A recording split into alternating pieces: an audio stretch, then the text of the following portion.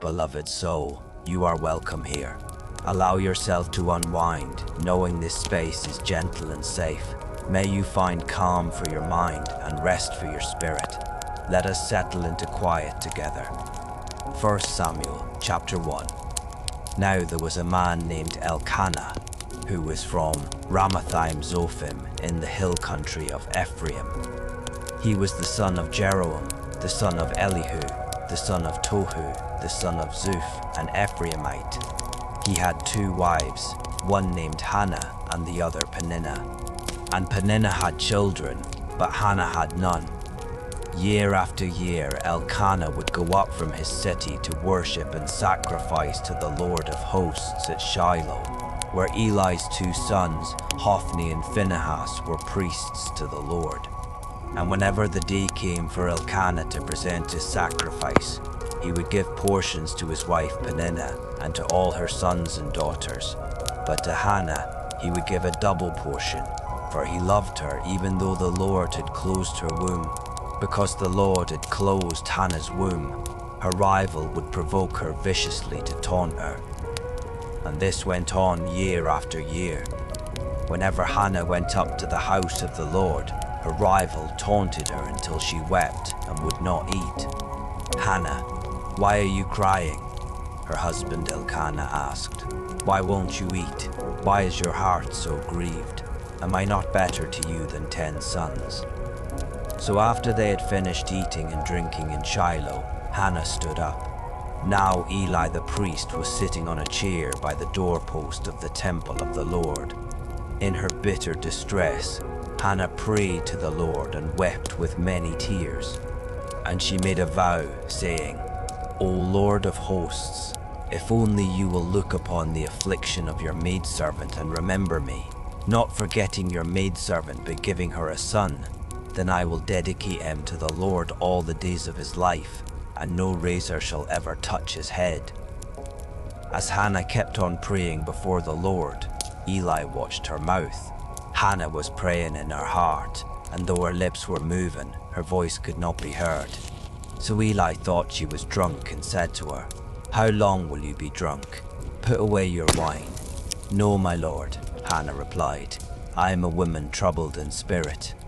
I have not had any wine or strong drink, but I have poured out my soul before the Lord.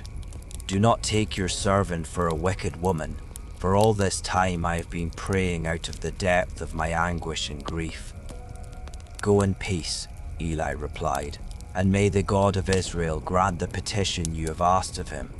May your maidservant find favor with you," said Hannah. Then she went on her way, and she began to eat, and her face was no longer downcast. The next morning they got up early to bow in worship before the Lord, and then they returned home to Ramah. And Elkanah had relations with his wife Hannah, and the Lord remembered her. So in the course of time, Hannah conceived and gave birth to a son. She named him Samuel, saying, "Because I have asked for him from the Lord." Then Elkanah and all his house went up to make the annual sacrifice to the Lord and to fulfill his vow, but Hannah did not go.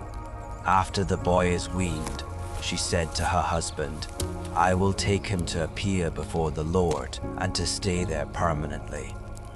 "Do what you think is best," her husband Elkanah replied, "and stay here until you have weaned him. Only may the Lord confirm his word." So Hannah stayed and nursed her son until she had weaned him. Once she had weaned him, Hannah took the boy with her, along with a 3-year-old bull, an ephah of flour, and a skin of wine. Though the boy was still young, she brought him to the house of the Lord in Shiloh. And when they had slaughtered the bull, they brought the boy to Eli. "Please, my lord," said Hannah, "as surely as you live, my lord, I am the woman who stood here beside you praying to the Lord. I prayed for this boy, and since the Lord has granted me what I asked of him, I now dedicate the boy to the Lord. For as long as he lives, he is dedicated to the Lord." So they worshipped the Lord there. Chapter 2. At that time Hannah prayed, "My heart rejoices in the Lord. My horn is exalted in the Lord. My mouth speaks boldly against my enemies, for I rejoice in your salvation. There is no one holy like the Lord. Indeed, there is no one besides you, and there is no rock like our God. Do not boast so proudly, or let arrogance come from your mouth, for the Lord is a God who knows, and by him actions are weighed. The bows of the mighty are broken, but the feeble are equipped with strength.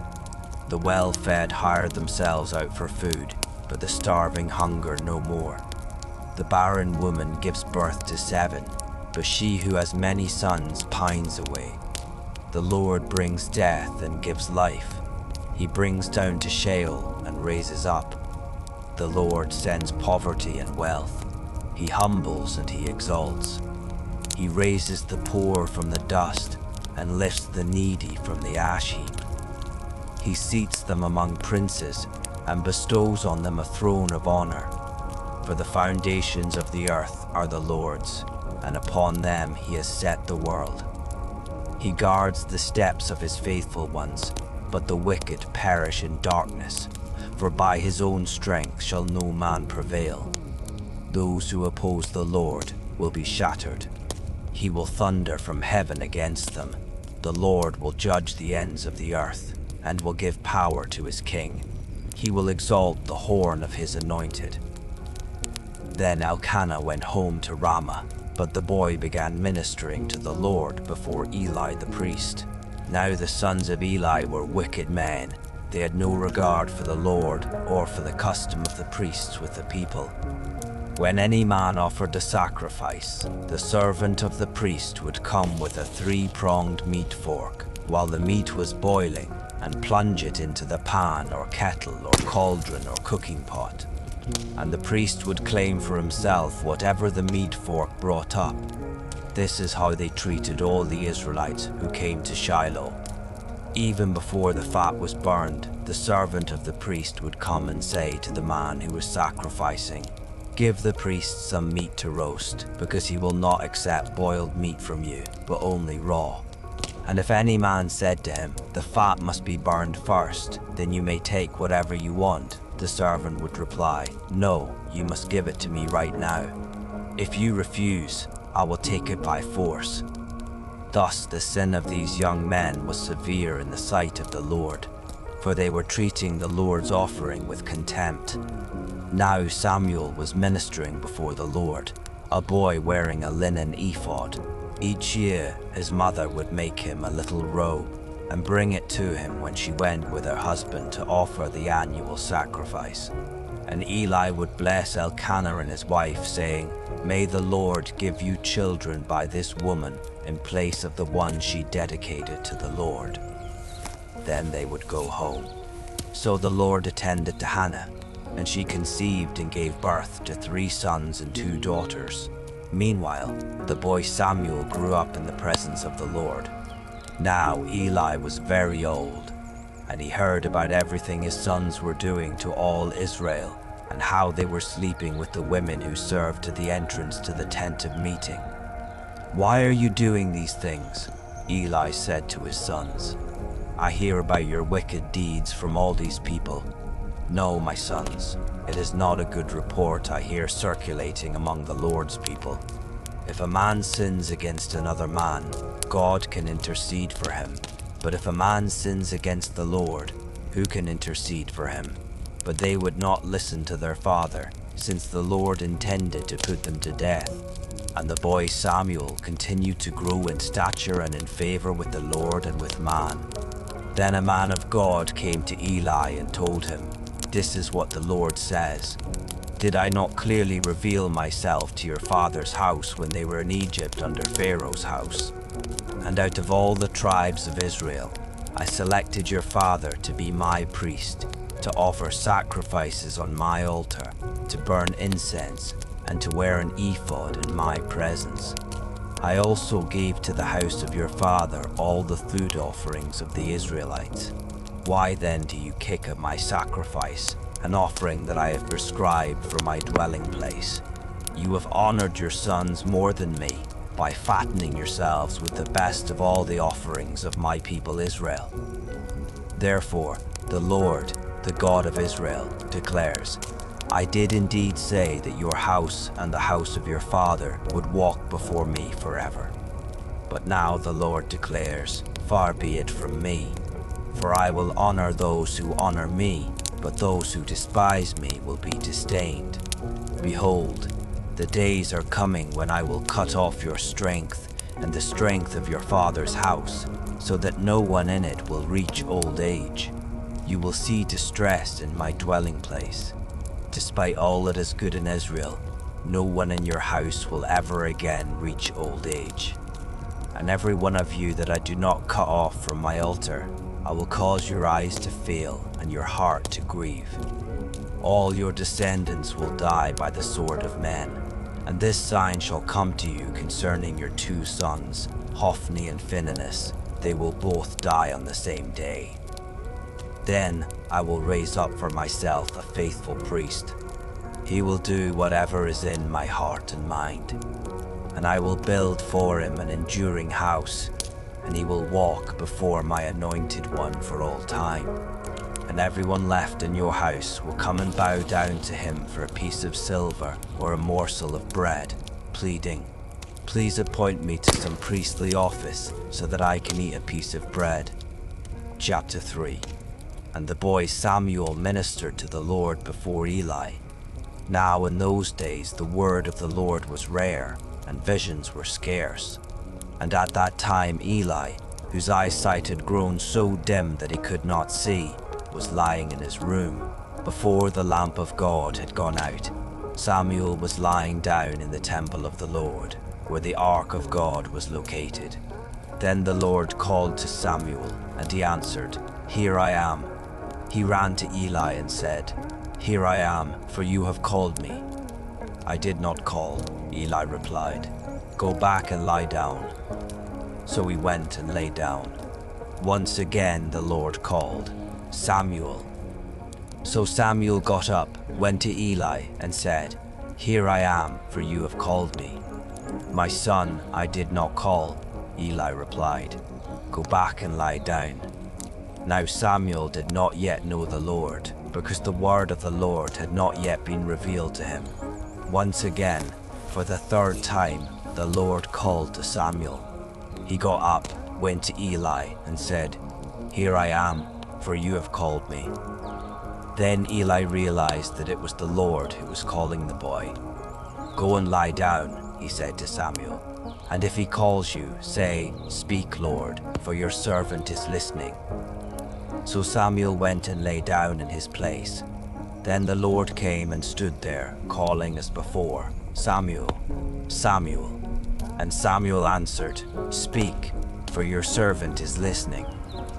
Then the Lord said to Samuel, I am about to do something in Israel, at which the ears of all who hear it will tingle. On that day, I will carry out against Eli everything I have spoken about his house, from beginning to end. I told him that I would judge his house forever for the iniquity of which he knows, because his sons blasphemed God, and he did not restrain them. Therefore, I have sworn to the house of Eli, the iniquity of Eli's house shall never be atoned for by sacrifice or offering. Samuel lay down until the morning. Then he opened the doors of the house of the Lord. He was afraid to tell Eli the vision, but Eli called to him and said, Samuel, my son. Here I am, answered Samuel. What was the message he gave you? Eli asked. Do not hide it from me. May God punish you, and ever so severely, if you hide from me anything he said to you. So Samuel told him everything, and did not hide a thing from him. He is the Lord, replied Eli. Let him do what is good in his eyes. And Samuel grew, and the Lord was with him, and he let none of Samuel's words fall to the ground. So all Israel from Dan to Beersheba knew that Samuel was confirmed as a prophet of the Lord. And the Lord continued to appear at Shiloh, because there he revealed himself to Samuel by his word. Let your body soften as you breathe out the weight of the day. Chapter 4. Thus the word of Samuel came to all Israel. Now the Israelites went out to meet the Philistines in battle and camped at Ebenezer, while the Philistines camped at Aphek. The Philistines arrayed themselves against Israel, and as the battle spread, Israel was defeated by the Philistines, who struck down about 4,000 men on the battlefield. When the troops returned to the camp, the elders of Israel asked, "Why has the Lord brought defeat on us before the Philistines today? Let us bring the ark of the covenant of the Lord from Shiloh, so that it may go with us to save us from the hand of our enemies." So the people sent men to Shiloh, and they brought back the ark of the covenant of the Lord of hosts, who sits enthroned between the cherubim. And the two sons of Eli, Hophni and Phinehas, were there with the ark of the covenant of God. When the ark of the covenant of the Lord entered the camp, all the Israelites raised such a great shout that the ground shook. On hearing the noise of the shout, the Philistines asked, "What is this loud shouting in the camp of the Hebrews?" And when they realized that the ark of the Lord had entered the camp, the Philistines were afraid. "The gods have entered their camp," they said. "Woe to us, for nothing like this has happened before. Woe to us! Who will deliver us from the hand of these mighty gods? These are the gods who struck the Egyptians with all kinds of plagues in the wilderness. Take courage and be men, O Philistines. Otherwise, you will serve the Hebrews just as they served you. Now be men and fight."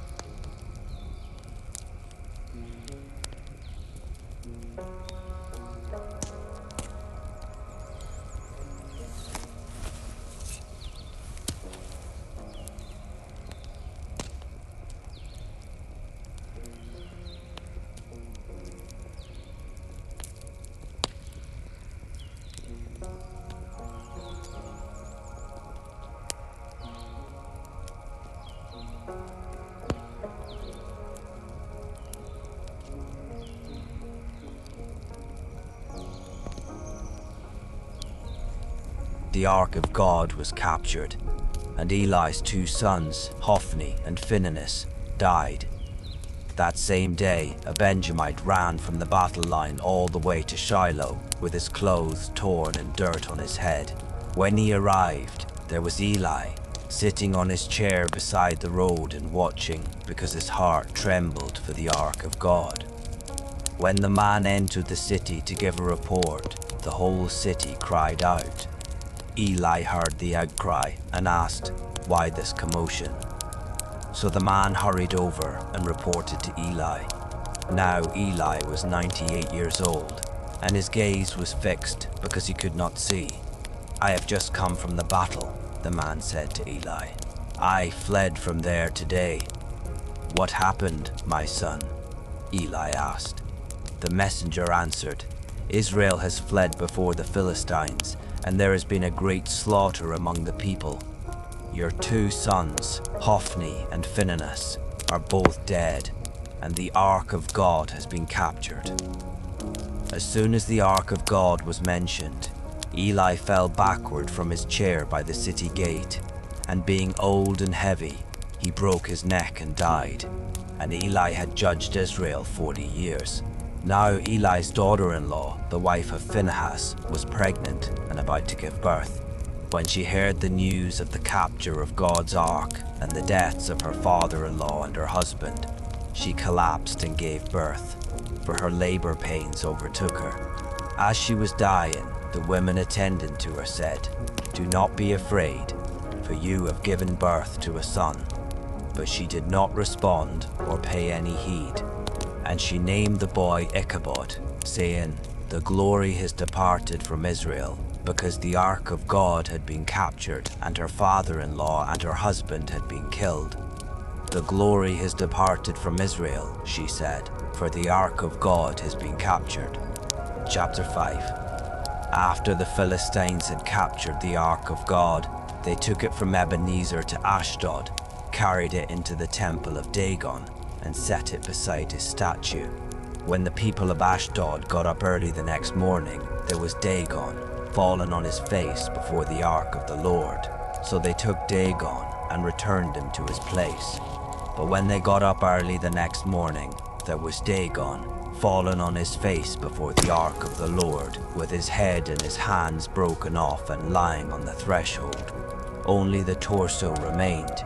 That is why, to this day, the priests of Dagon, and all who enter the temple of Dagon in Ashdod, do not step on the threshold.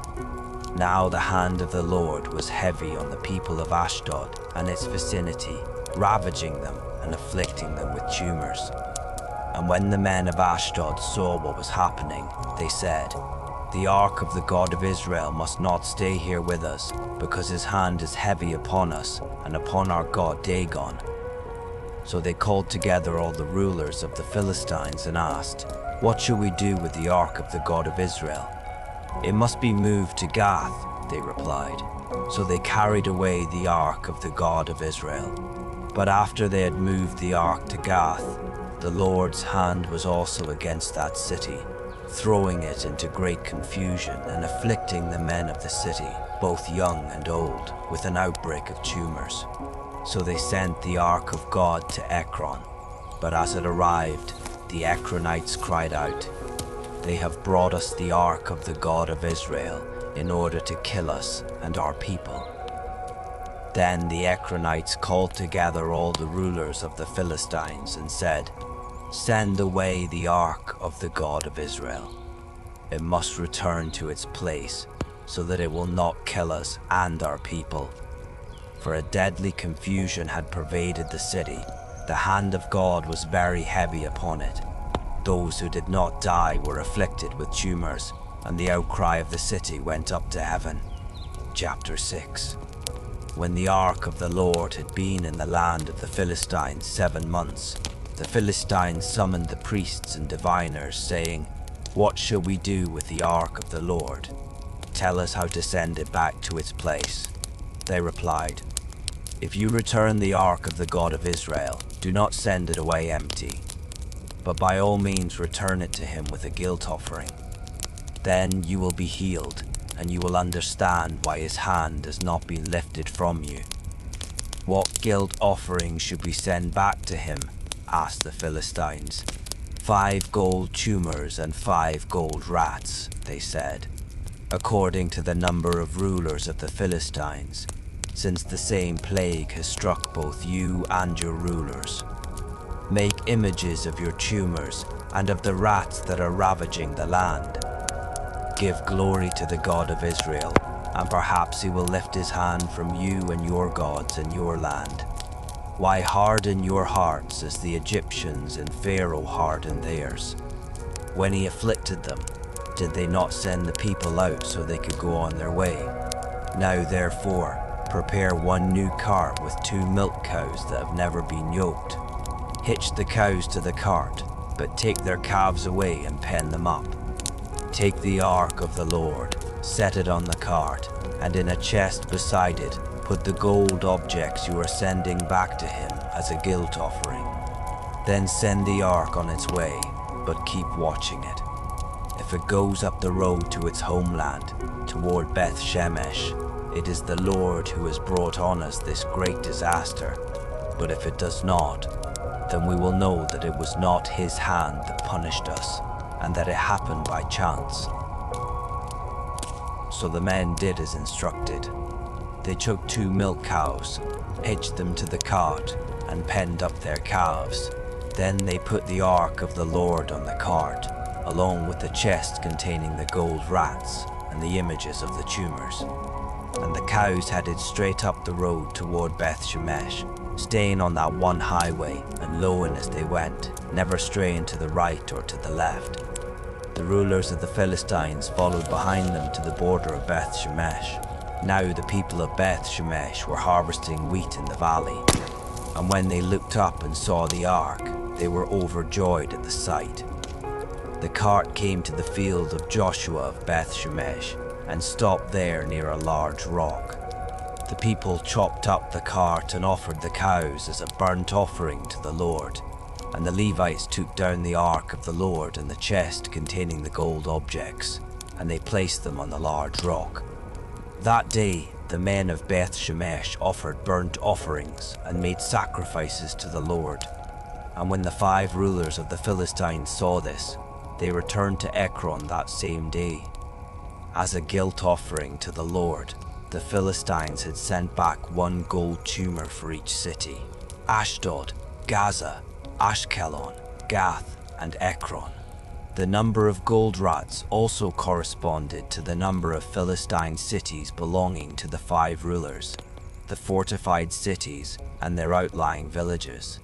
And the large rock on which they placed the ark of the Lord stands to this day in the field of Joshua of Beth Shemesh. But God struck down some of the people of Beth Shemesh because they looked inside the ark of the Lord. He struck down 70 men, and the people mourned because the Lord had struck them with a great slaughter. The men of Beth Shemesh asked, "Who can stand in the presence of the Lord, this holy God? To whom should the ark go up from here?" So they sent messengers to the people of Kiriath Jearim, saying, "The Philistines have returned the ark of the Lord. Come down and take it up with you. There is nothing to hold on to right now. You are supported exactly as you are." Chapter 7. Then the men of Kiriath Jearim came for the ark of the Lord, and took it into Abinadab's house on the hill, and they consecrated his son Eleazar to guard the ark of the Lord. And from that day a long time passed, 20 years in all, as the ark remained at Kiriath Jearim. And all the house of Israel mournfully sought the Lord. Then Samuel said to all the house of Israel, "If you are returning to the Lord with all your hearts, then put away the foreign gods and Ashtoreths among you. Prepare your hearts for the Lord, and serve him only. And he will deliver you from the hand of the Philistines." So the Israelites put away the Baals and Ashtoreths, and served only the Lord. Then Samuel said, "Gather all Israel to Mizpah, and I will pray to the Lord on your behalf." When they had gathered at Mizpah, they drew water and poured it out before the Lord. On that day they fasted, and there they confessed, "We have sinned against the Lord." And Samuel judged the Israelites at Mizpah. When the Philistines heard that the Israelites had gathered at Mizpah, their rulers marched up toward Israel.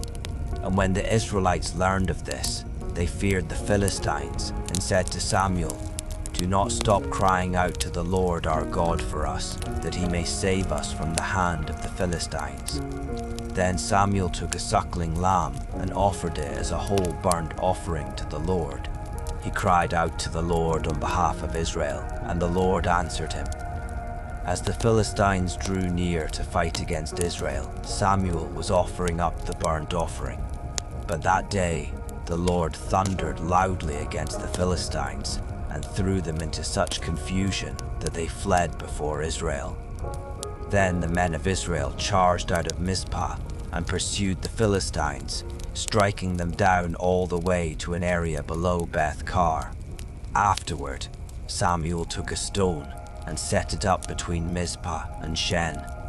He named it Ebenezer, saying, "Thus far the Lord has helped us." So the Philistines were subdued, and they stopped invading the territory of Israel. And the hand of the Lord was against the Philistines all the days of Samuel. The cities from Ekron to Gath, which the Philistines had taken, were restored to Israel, who also delivered the surrounding territory from the hand of the Philistines. And there was peace between the Israelites and the Amorites. So Samuel judged Israel all the days of his life. Every year he would go on a circuit from Bethel to Gilgal to Mizpah, judging Israel in all these places. Then he would return to Ramah, because his home was there. And there he judged Israel and built an altar to the Lord. Chapter 8. When Samuel grew old, he appointed his sons as judges over Israel. The name of his firstborn son was Joel, and the name of his second was Abijah. They were judges in Beersheba, but his sons did not walk in his ways. They turned aside toward dishonest gain, accepting bribes and perverting justice. So all the elders of Israel gathered together and came to Samuel at Ramah. "Look," they said, "you are old, and your sons do not walk in your ways. Now appoint a king to judge us like all the other nations." But when they said, "Give us a king to judge us," their demand was displeasing in the sight of Samuel, so he prayed to the Lord. And the Lord said to Samuel, "Listen to the voice of the people in all that they say to you. For it is not you they have rejected, but they have rejected me as their king, just as they have done from the day I brought them up out of Egypt until this day, forsaking me and serving other gods, so they are doing to you. Now listen to their voice, but you must solemnly warn them and show them the manner of the king who will reign over them." So Samuel spoke all the words of the Lord to the people who were asking him for a king. He said, "This will be the manner of the king who will reign over you. He will take your sons and appoint them to serve his own chariots and horses, and to run in front of his chariots. He will appoint some for himself as commanders of thousands and of 50s, and others to plow his ground, to reap his harvest, and to make his weapons of war and equipment for his chariots. And he will take your daughters to be perfumers, cooks, and bakers. He will take the best of your fields and vineyards and olive groves, and give them to his servants. He will take 1/10 of your grain and grape harvest, and give it to his officials and servants. And he will take your men servants and maid servants, and your best cattle and donkeys, and put them to his own use. He will take 1/10 of your flocks, and you yourselves will become his slaves. When that day comes, you will beg for relief from the king you have chosen, but the Lord will not answer you on that day." Nevertheless, the people refused to listen to Samuel. "No," they said, "we must have a king over us. Then we will be like all the other nations, with a king to judge us, to go out before us, and to fight our battles." Samuel listened to all the words of the people and repeated them in the hearing of the Lord. "Listen to their voice," the Lord said to Samuel. "Appoint a king for them." Then Samuel told the men of Israel, "Everyone must go back to his city." Chapter 9. Now there was a Benjamite, a powerful man, whose name was Kish, son of Abiel, the son of Zeror, the son of the Korath, the son of Aphiah of Benjamin. And he had a son named Saul, choice and handsome, without equal among the Israelites, a head taller than any of the people. One day, the donkeys of Saul's father, Kish, wandered off, and Kish said to his son Saul, "Take one of the servants and go look for the donkeys." So Saul passed through the hill country of Ephraim, and then through the land of Shalisha, but they did not find the donkeys. He and the servant went through the region of Shalim, but they were not there. Then they went through the land of Benjamin, and still they did not find them. When they reached the land of Zuph, Saul said to his servant, "Come, let us go back, or my father will stop worrying about the donkeys and start worrying about us." "Look," said the servant, "in this city there is a man of God who is highly respected. Everything he says surely comes to pass. Let us go there now. Perhaps he will tell us which way to go." "If we do go," Saul replied, "what can we give the man? For the bread in our packs is gone, and there is no gift to take to the man of God." "What do we have?" The servant answered him again. "Look," he said, "I have here in my hand a 1/4 shekel of silver. I will give it to the man of God, and he will tell us our way." Formerly in Israel, a man on his way to inquire of God would say, "Come, let us go to the seer," for the prophet of today was formerly called the seer. "Good," said Saul to his servant. "Come, let us go." So they set out for the city where the man of God was.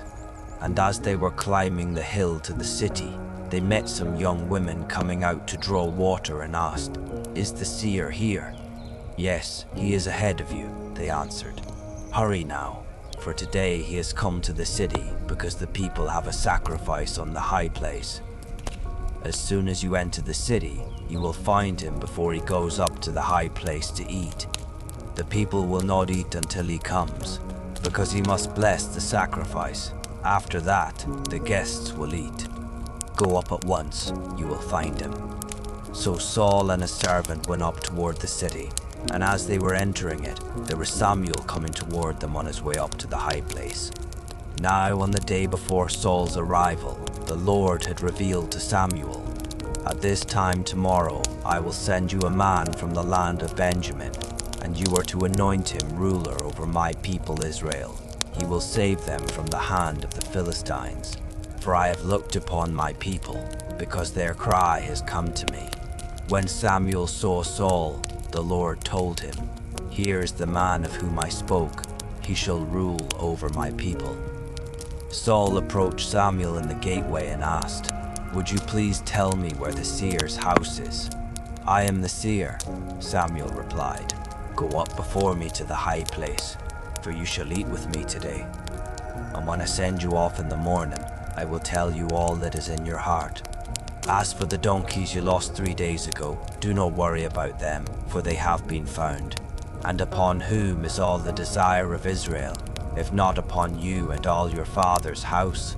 Saul replied, "Am I not a Benjamite from the smallest tribe of Israel, and is not my clan the least of all the clans of Benjamin? So why would you say such a thing to me?" Then Samuel took Saul and his servant, brought them into the hall, and seated them in the place of honor among those who were invited, about 30 in all. And Samuel said to the cook, "Bring the portion I gave you and told you to set aside." So the cook picked up the leg and what was attached to it and set it before Saul. Then Samuel said, "Here is what was kept back. It was set apart for you. Eat, for it has been kept for you for this occasion, from the time I said, 'I've invited the people.'" So Saul dined with Samuel that day, and after they had come down from the high place into the city, Samuel spoke with Saul on the roof of his house. They got up early in the morning, and just before dawn Samuel called to Saul on the roof, "Get ready, and I will send you on your way." So Saul got ready, and both he and Samuel went outside together. As they were going down to the edge of the city, Samuel said to Saul, "Tell the servant to go on ahead of us, but you stay for a while, and I will reveal to you the word of God." So the servant went on. Each breath draws you farther from tension and closer to peace. Chapter 10. Then Samuel took a flask of oil, poured it on Saul's head, kissed him, and said, "Has not the Lord anointed you ruler over his inheritance? When you leave me today, you will find 2 men at Rachel's tomb in Zelzah on the border of Benjamin. They will say to you, 'The donkeys you seek have been found,' and now your father has stopped worrying about the donkeys and started worrying about you, asking, 'What should I do about my son?' Then you will go on from there until you come to the oak of Tabor. 3 men going up to God at Bethel will meet you there, one carrying 3 young goats, another carrying 3 loaves of bread, and another carrying a skin of wine. They will greet you and give you 2 loaves of bread, which you will accept from their hands. After that, you will come to Gibeah of God, where the Philistines have an outpost. As you approach the city, you will meet a group of prophets coming down from the high place, preceded by harps, tambourines, flutes, and lyres, and they will be prophesying. Then the Spirit of the Lord will rush upon you, and you will prophesy with them, and you will be transformed into a different person. When these signs have come, do as the occasion demands, for God is with you, and you shall go before me to Gilgal. And surely I will come to you to offer burnt offerings and to sacrifice peace offerings. Wait 7 days until I come to you and show you what you are to do." As Saul turned to leave Samuel, God changed Saul's heart, and all the signs came to pass that day. When Saul and his servant arrived at Gibeah, a group of prophets met him. Then the Spirit of God rushed upon him, and he prophesied along with them. When all those who had formerly known Saul saw him prophesying with the prophets, they asked one another, "What has happened to the son of Kish? Is Saul also among the prophets?" Then a man who lived there replied, "And who is their father?" So the saying became a proverb, "Is Saul also among the prophets?" And when Saul had finished prophesying, he went up to the high place. Now Saul's uncle asked him and his servant, "Where did you go?" "To look for the donkeys," Saul replied. "When we saw they were not to be found, we went to Samuel." "Tell me," Saul's uncle asked, "what did Samuel say to you?" And Saul replied, "He assured us that the donkeys had been found." But Saul did not tell his uncle what Samuel had said about the kingship. After this, Samuel summoned the people to the Lord at Mizpah and said to the Israelites, "This is what the Lord, the God of Israel, says. I brought Israel up out of Egypt, and I rescued you from the hands of the Egyptians and of all the kingdoms that oppressed you. But today you have rejected your God, who saves you from all your troubles and afflictions, and you have said to him, 'No, set a king over us.' Now therefore present yourselves before the Lord by your tribes and clans." Thus Samuel had all the tribes of Israel come forward, and the tribe of Benjamin was selected. Then he had the tribe of Benjamin come forward by its clans, and the clan of Matri was selected. Finally, Saul son of Kish was selected, but when they looked for him, they could not find him. So again they inquired of the Lord, "Has the man come here yet?" And the Lord replied, "Behold, he has hidden himself among the baggage." So they ran and brought Saul, and when he stood among the people, he was a head taller than any of the others. Samuel said to all the people, "Do you see the one the Lord has chosen? There is no one like him among all the people." And all the people shouted, "Long live the king!" Then Samuel explained to the people the rights of kingship. He wrote them on a scroll and laid it up before the Lord. And Samuel sent all the people away, each to his own home. Saul also went to his home in Gibeah, and the men of valor whose hearts God had touched went with him. But some worthless men said, "How can this man save us?" So they despised him and brought him no gifts. But Saul remained silent about it. Chapter 11. Then Nahash the Ammonite came up and laid siege to Jabesh Gilead.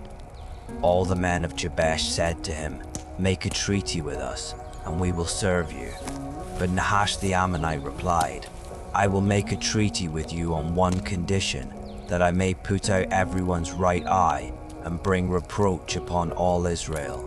"Hold off for 7 days," replied the elders of Jabesh, "and let us send messengers throughout Israel. If there is no one to save us, we will surrender to you."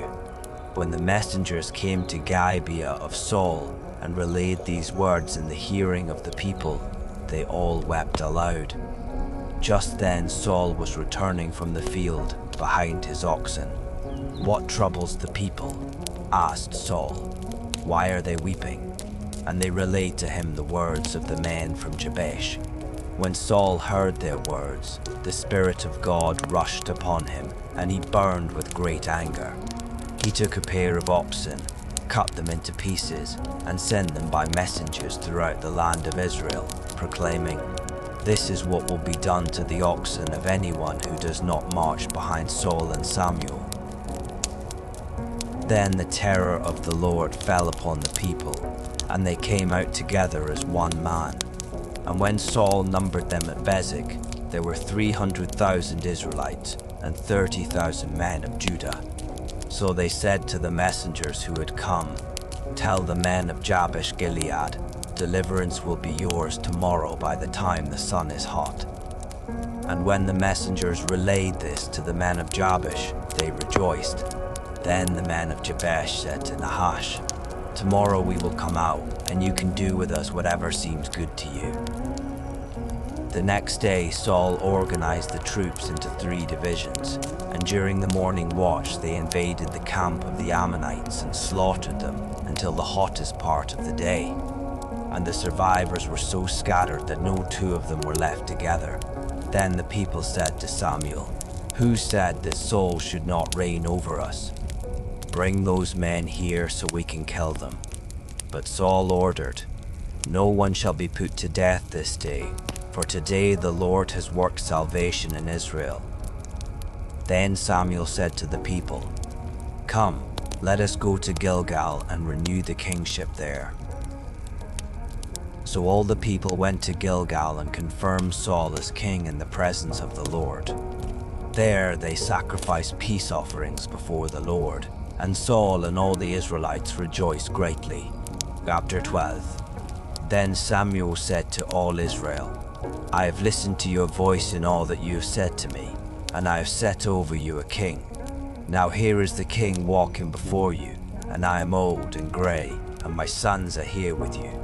I have walked before you from my youth until this day. Here I am. Bear witness against me before the Lord and before his anointed. Whose ox or donkey have I taken? Whom have I cheated or oppressed? From whose hand have I accepted a bribe and closed my eyes? Tell me, and I will restore it to you."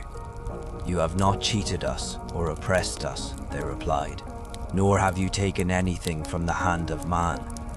Samuel said to them, "The Lord is a witness against you, and his anointed is a witness today, that you have not found anything in my hand." "He is a witness," they replied. Then Samuel said to the people, "The Lord is the one who appointed Moses and Aaron, and who brought your fathers up out of the land of Egypt. Now present yourselves, so that I may confront you before the Lord with all the righteous acts he has done for you and your fathers. When Jacob went to Egypt, your fathers cried out to the Lord, and he sent them Moses and Aaron, who brought your fathers out of Egypt and settled them in this place. But they forgot the Lord their God, and he sold them into the hand of Sisera, the commander of the army of Hazor, and into the hands of the Philistines and the king of Moab, who fought against them. Then they cried out to the Lord and said, 'We have sinned, for we have forsaken the Lord and served the Baals and Ashtoreths. Now deliver us from the hands of our enemies, that we may serve you.' So the Lord sent Jerubbaal, Barak, Jephthah, and Samuel, and he delivered you from the hands of your enemies on every side, and you dwelt securely. But when you saw that Nahash, king of the Ammonites, was moving against you, you said to me, 'No, we must have a king to rule over us, even though the Lord your God was your king. Now here is the king you have chosen, the one you requested. Behold, the Lord has placed a king over you. If you fear the Lord and serve him, and obey his voice, and if you do not rebel against the command of the Lord, and if both you and the king who rules over you follow the Lord your God, then all will be well. But if you disobey the Lord and rebel against his command, then the hand of the Lord will be against you as it was against your fathers. Now therefore, present yourselves and see this great thing that the Lord will do before your eyes. Is it not the wheat harvest today? I will call on the Lord to send thunder and rain, so that you will know and see what a great evil you have committed in the sight of the Lord by asking for a king." So Samuel called to the Lord, and on that day the Lord sent thunder and rain. As a result, all the people greatly feared the Lord and Samuel. They pleaded with Samuel, "Pray to the Lord your God for your servants, so that we will not die. For we have added to all our sins the evil of asking for a king." "Do not be afraid," Samuel replied. "Even though you have committed all this evil, do not turn aside from following the Lord, but serve the Lord with all your heart. Do not turn aside after worthless things that cannot profit you or deliver you, for they are empty. Indeed, for the sake of his great name, the Lord will not abandon his people. because he was pleased to make you his own. As for me, far be it from me that I should sin against the Lord by ceasing to pray for you, and I will continue to teach you the good and right way. Above all, fear the Lord, and serve him faithfully with all your heart. Consider what great things he has done for you. But if you persist in doing evil, both you and your king will be swept away. If your thoughts wander, let them float quietly by. Chapter 13. Saul was 30 years old when he became king, and he reigned over Israel 42 years. He chose for himself 3,000 men of Israel. 2,000 were with Saul at Michmash and in the hill country of Bethel, and 1,000 were with Jonathan in Gibeah of Benjamin. And the rest of the troops he sent away, each to his own home. Then Jonathan attacked the Philistine outpost at Gibeah, and the Philistines heard about it. So Saul blew the ram's horn throughout the land, saying, "Let the Hebrews hear."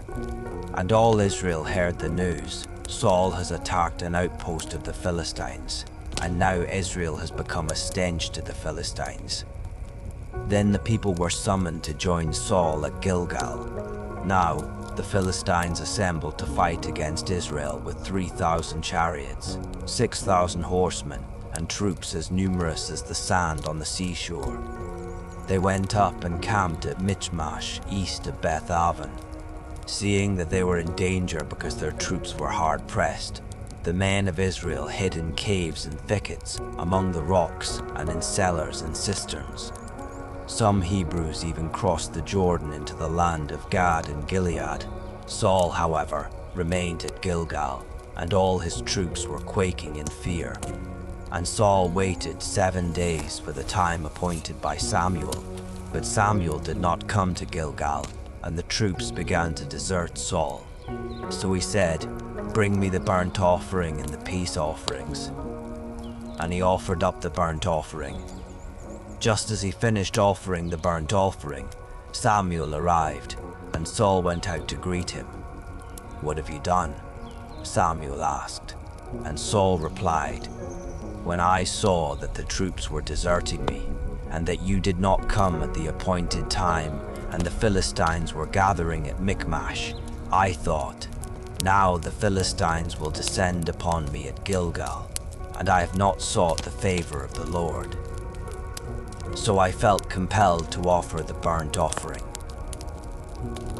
"You have acted foolishly," Samuel declared. "You have not kept the command that the Lord your God gave you.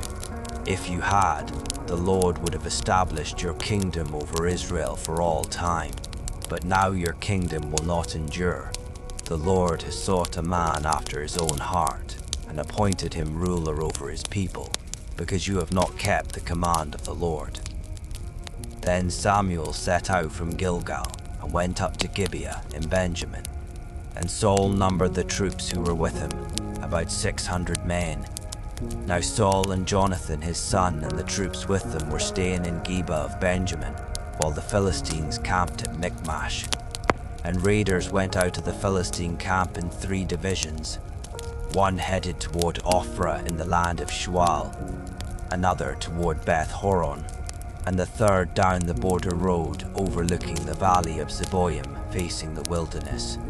And no blacksmith could be found in all the land of Israel, because the Philistines had said, "The Hebrews must not be allowed to make swords or spears." Instead, all the Israelites would go down to the Philistines to sharpen their plowshares, mattocks, axes, and sickles. The charge was a pim for sharpening a plowshare or mattock, a third of a shekel for sharpening a pitchfork or an axe, and a third of a shekel for repointing an ox goad. So on the day of battle, not a sword or spear could be found in the hands of the troops with Saul and Jonathan. Only Saul and his son Jonathan had weapons. And a garrison of the Philistines had gone out to the pass at Michmash. Chapter 14. One day, Jonathan son of Saul said to the young man bearing his armor, "Come, let us cross over to the Philistine outpost on the other side." But Jonathan did not tell his father. Meanwhile, Saul was staying under the pomegranate tree in Migron on the outskirts of Gibeah, and the troops who were with him numbered about 600 men, including Ahijah, who was wearing an ephod. He was the son of Ichabod's brother, Ahitub, son of Phinehas, the son of Eli, the priest of the Lord in Shiloh. But the troops did not know that Jonathan had left. Now there were cliffs on both sides of the pass that Jonathan intended to cross to reach the Philistine outpost. One was named Bozez and the other Sene. One cliff stood to the north toward Michmash, and the other to the south toward Geba. Jonathan said to the young man bearing his armor, "Come, let us cross over to the outpost of these uncircumcised men. Perhaps the Lord will work on our behalf. Nothing can hinder the Lord from saving, whether by many or by few." His armor-bearer replied, "Do all that is in your heart. Go ahead, I am with you, heart and soul." "Very well," said Jonathan. "We will cross over toward these men and show ourselves to them. If they say, 'Wait until we come to you,' then we will stay where we are and will not go up to them. But if they say, 'Come on up,' then we will go up, because this will be our sign that the Lord has delivered them into our hands."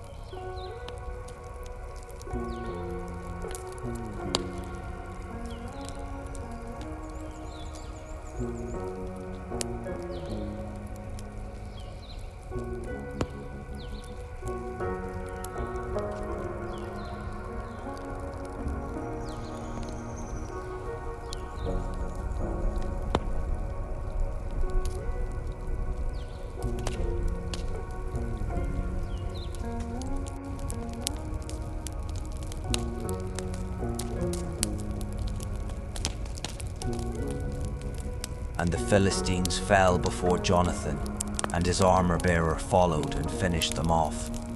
In that first assault, Jonathan and his armor-bearer struck down about 20 men and about half an acre of land. Then panic struck the Philistines in the camp, in the field, and among all the people. Even those in the outposts and raiding parties trembled. Indeed, the earth quaked, and panic spread from God.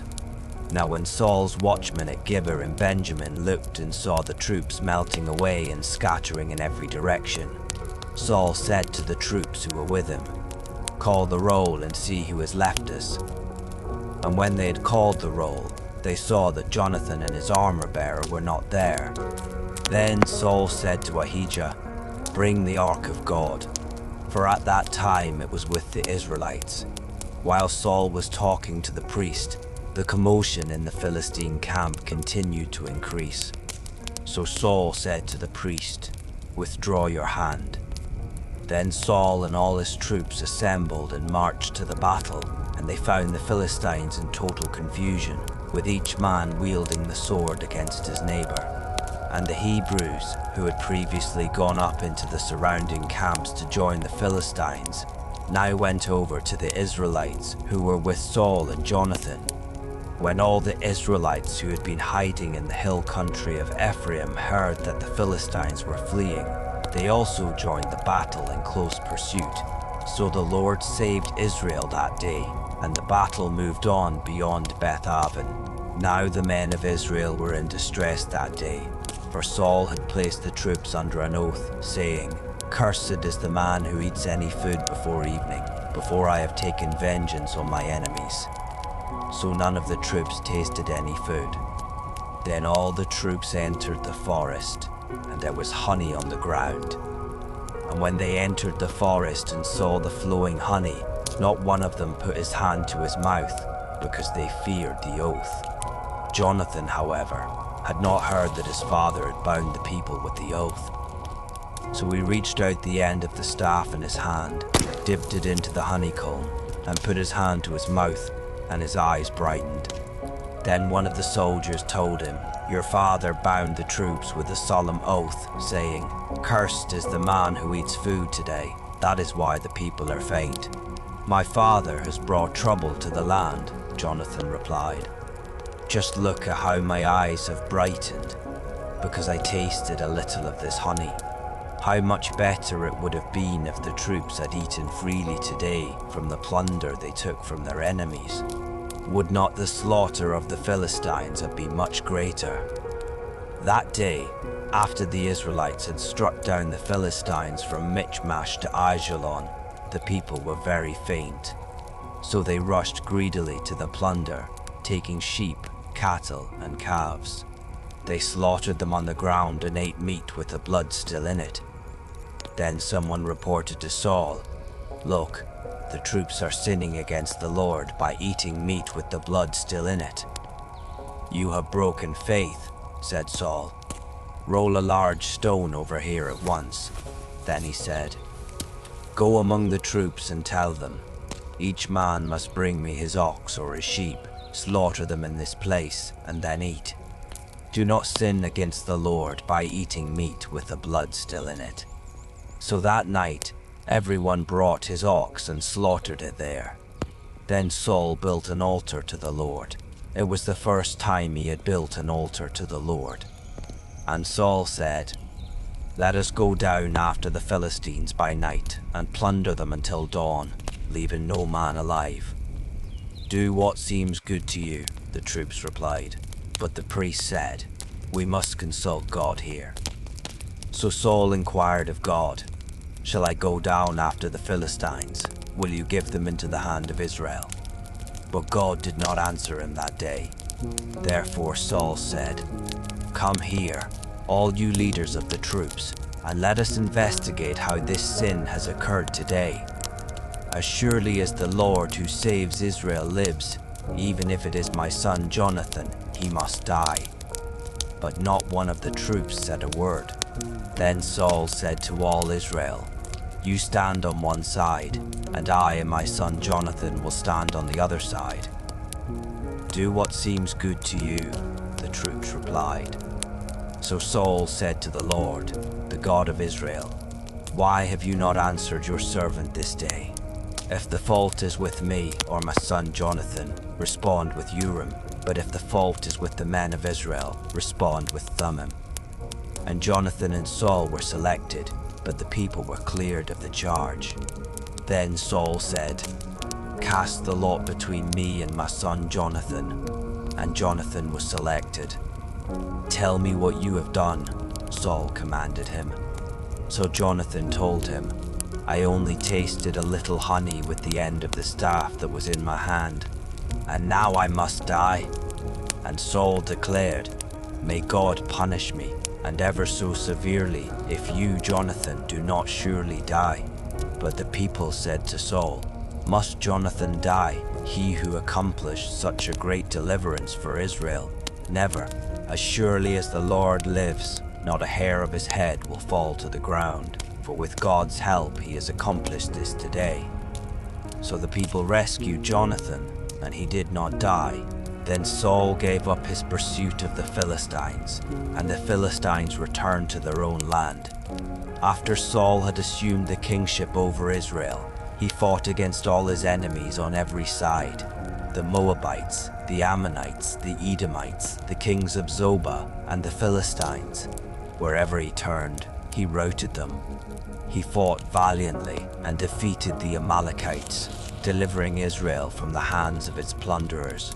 Now the sons of Saul were Jonathan, Ishvi, and Malchishua. His two daughters were named Merab, his firstborn, and Michal, his younger daughter. His wife's name was Ahinoam, daughter of Ahimaaz. The name of the commander of his army was Abner, the son of Saul's uncle Ner. Saul's father Kish and Abner's father Ner were sons of Abiel. And the war with the Philistines was fierce for all the days of Saul. So whenever he noticed any strong or brave man, Saul would enlist him. Chapter 15. Then Samuel said to Saul, "The Lord sent me to anoint you king over his people Israel. Now therefore, listen to the words of the Lord. This is what the Lord of hosts says. I witnessed what the Amalekites did to the Israelites when they opposed them on their way up from Egypt. Now go and attack the Amalekites and devote to destruction all that belongs to them. Do not spare them, but put to death men and women, children and infants, oxen and sheep, camels and donkeys.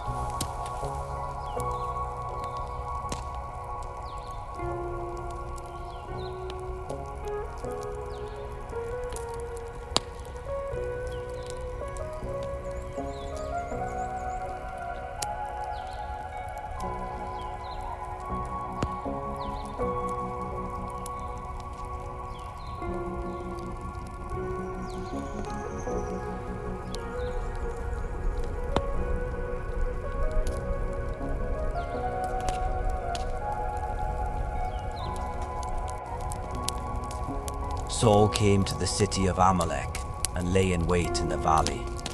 And he warned the Kenittites, since you showed kindness to all the Israelites when they came up out of Egypt, go on and get away from the Amalekites. Otherwise, I will sweep you away with them.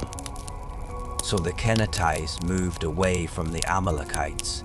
Then Saul struck down the Amalekites all the way from Havilah to Shur, which is east of Egypt. He captured Agag, king of Amalek, alive, but devoted all the others to destruction with the sword. Saul and his troops spared Agag, along with the best of the sheep and cattle, the fat calves and lambs, and the best of everything else. They were unwilling to devote them to destruction, but they devoted to destruction all that was despised and worthless. Then the word of the Lord came to Samuel, saying, I regret that I have made Saul king, for he has turned away from following me and has not carried out my instructions. And Samuel was distressed and cried out to the Lord all that night.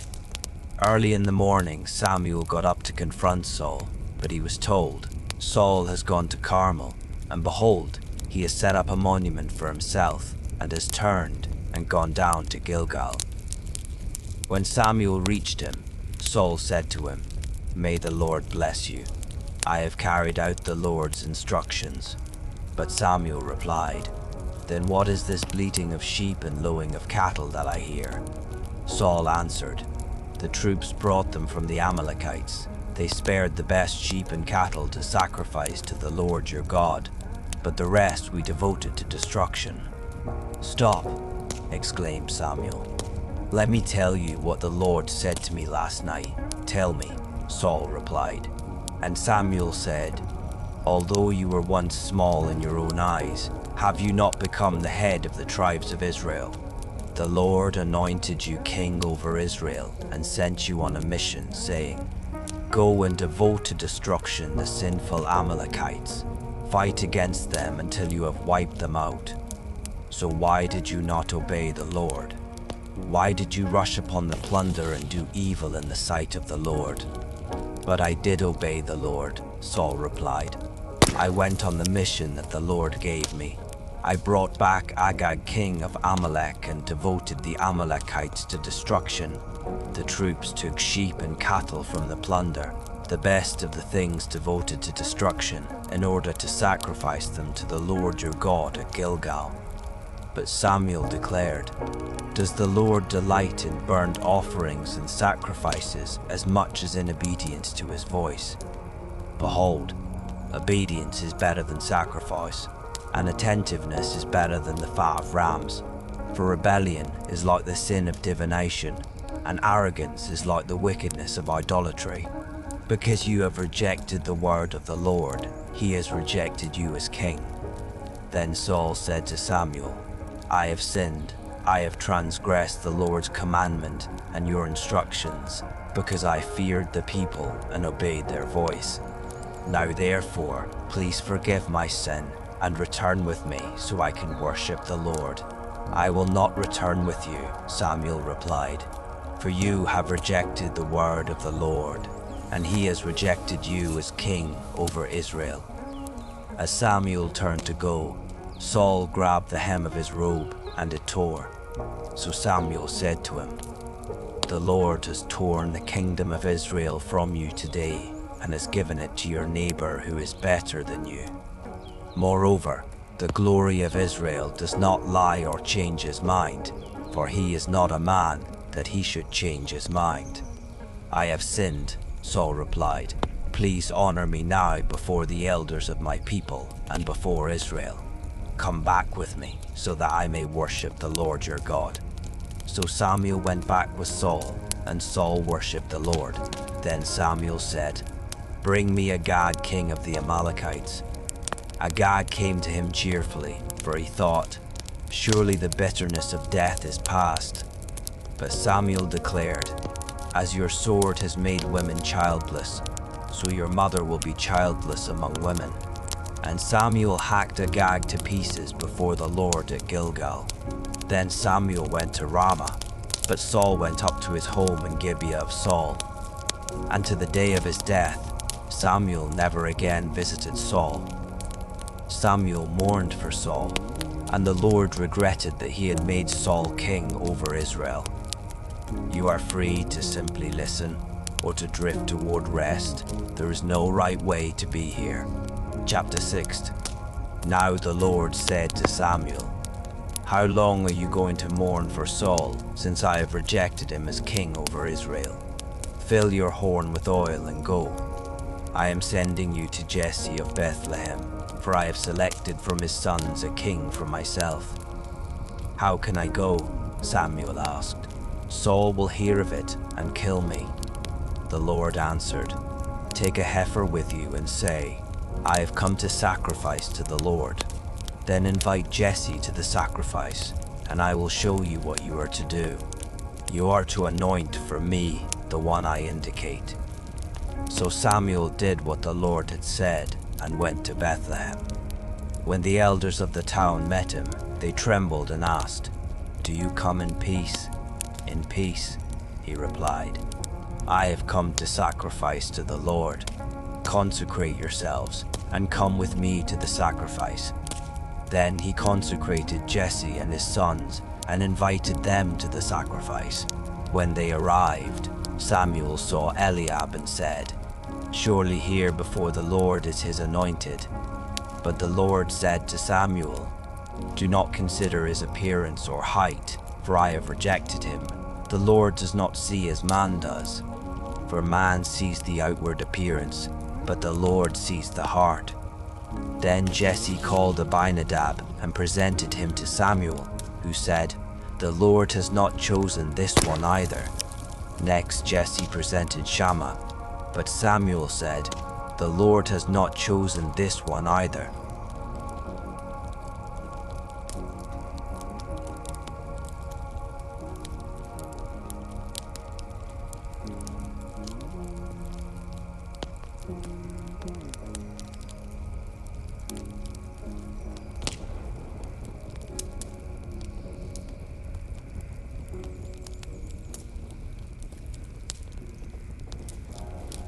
"For we will not sit down to eat until he arrives." So Jesse sent for his youngest son and brought him in. He was ruddy, with beautiful eyes and a handsome appearance. And the Lord said, "Rise and anoint him, for he is the one." So Samuel took the horn of oil and anointed him in the presence of his brothers. And the Spirit of the Lord rushed upon David from that day forward. Then Samuel set out and went to Ramah. Now the Spirit of the Lord departed from Saul, and a spirit of distress from the Lord began to torment him. Saul's servants said to him, "Surely a spirit of distress from God is tormenting you. Let our Lord command your servants here to seek out someone who can skillfully play the harp. Whenever the spirit of distress from God is upon you, he is to play it, and you will be well." And Saul commanded his servants, "Find me someone who plays well, and bring him to me." One of the servants answered, "I have seen a son of Jesse of Bethlehem, who knows how to play the harp. He is a mighty man of valor, a warrior, eloquent and handsome, and the Lord is with him." So Saul sent messengers to Jesse and said, "Send me your son David, who is with the sheep." And Jesse took a donkey loaded with bread, a skin of wine, and one young goat, and sent them to Saul with his son David. When David came to Saul and entered his service, Saul loved him very much, and David became his armor-bearer. Then Saul sent word to Jesse, saying, "Let David remain in my service, for I am pleased with him." And whenever the Spirit from God came upon Saul, David would pick up his harp and play. Then Saul would find relief and feel better, and the spirit of distress would depart from him. Chapter 17. Now the Philistines gathered their forces for war at Soco in Judah, and they camped between Soco and Azekah in Ephes Dammim. Saul and the men of Israel assembled and camped in the valley of Elah, arraying themselves for battle against the Philistines. The Philistines stood on one hill, and the Israelites stood on another, with the valley between them. Then a champion named Goliath, who was from Gath, came out from the Philistine camp. He was 6 cubits and a span in height, and he had a bronze helmet on his head. He wore a bronze coat of mail weighing 5,000 shekels, and he had armor of bronze on his legs, and a javelin of bronze slung between his shoulders. The shaft of his spear was like a weaver's beam, and its iron point weighed 600 shekels. In addition, his shield-bearer went before him. And Goliath stood and shouted to the ranks of Israel, "Why do you come out and array yourselves for battle? Am I not a Philistine, and are you not servants of Saul? Choose one of your men and have him come down against me. If he is able to fight me and kill me, then we will be your servants. But if I prevail against him and kill him, then you shall be our servants and work for us." Then the Philistine said, "I defy the ranks of Israel this day. Give me a man to fight." On hearing the words of the Philistine, Saul and all the Israelites were dismayed and greatly afraid. Now David was the son of a man named Jesse, an Ephrathite from Bethlehem of Judah, who had 8 sons. And in the days of Saul, Jesse was old and well along in years. The 3 older sons of Jesse had followed Saul into battle. The firstborn was Eliab, the second was Abinadab, and the third was Shammah. And David was the youngest. The 3 oldest had followed Saul, but David went back and forth from Saul to tend his father's sheep in Bethlehem. For 40 days the Philistine came forward every morning and evening to take his stand. One day Jesse said to his son David, "Take this ephah of roasted grain and these 10 loaves of bread for your brothers, and hurry to their camp. Take also these 10 portions of cheese to the commander of their unit. Check on the welfare of your brothers, and bring back an assurance from them. They are with Saul and all the men of Israel in the valley of Elah, fighting against the Philistines." So David got up early in the morning, left the flock with a keeper, loaded up, and set out as Jesse had instructed him. He reached the camp as the army was marching out to its position and shouting the battle cry. And Israel and the Philistines arrayed in formation against each other. Then David left his supplies in the care of the quartermaster and ran to the battle line. When he arrived, he asked his brothers how they were doing. And as he was speaking with them, suddenly the champion named Goliath, the Philistine from Gath, came forward from the ranks of the Philistines and shouted his usual words, which David also heard. When all the men of Israel saw Goliath, they fled from him in great fear. Now the men of Israel had been saying, "Do you see how this man keeps coming out to defy Israel? To the man who kills him, the king will give great riches, and he will give him his daughter in marriage and exempt his father's house from taxation in Israel." David asked the men who were standing with him, "What will be done for the man who kills this Philistine and removes this disgrace from Israel? Just who is this uncircumcised Philistine that he should defy the armies of the living God?" The people told him about the offer, saying, "That is what will be done for the man who kills him." Now when David's oldest brother Eliab heard him speaking to the men, his anger burned against David. "Why have you come down here?" he asked. And with whom did you leave those few sheep in the wilderness?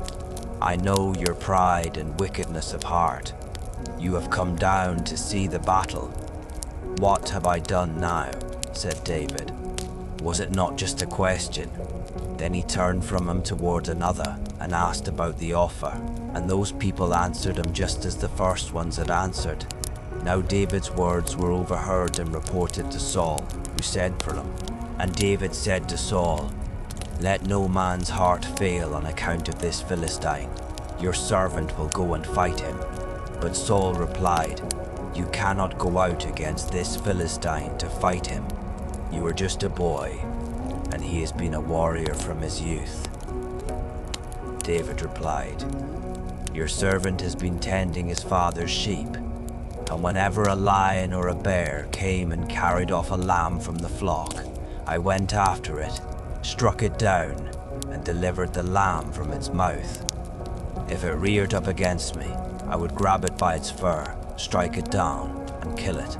Your servant has killed lions and bears. This uncircumcised Philistine will be like one of them, for he has defied the armies of the living God. David added, The Lord, who delivered me from the claws of the lion and the bear, will deliver me from the hand of this Philistine. Go, said Saul, and may the Lord be with you.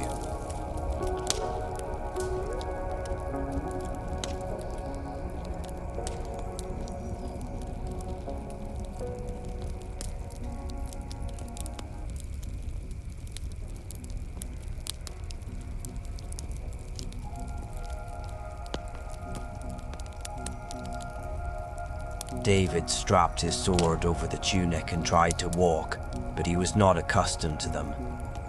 I cannot walk in these, David said to Saul.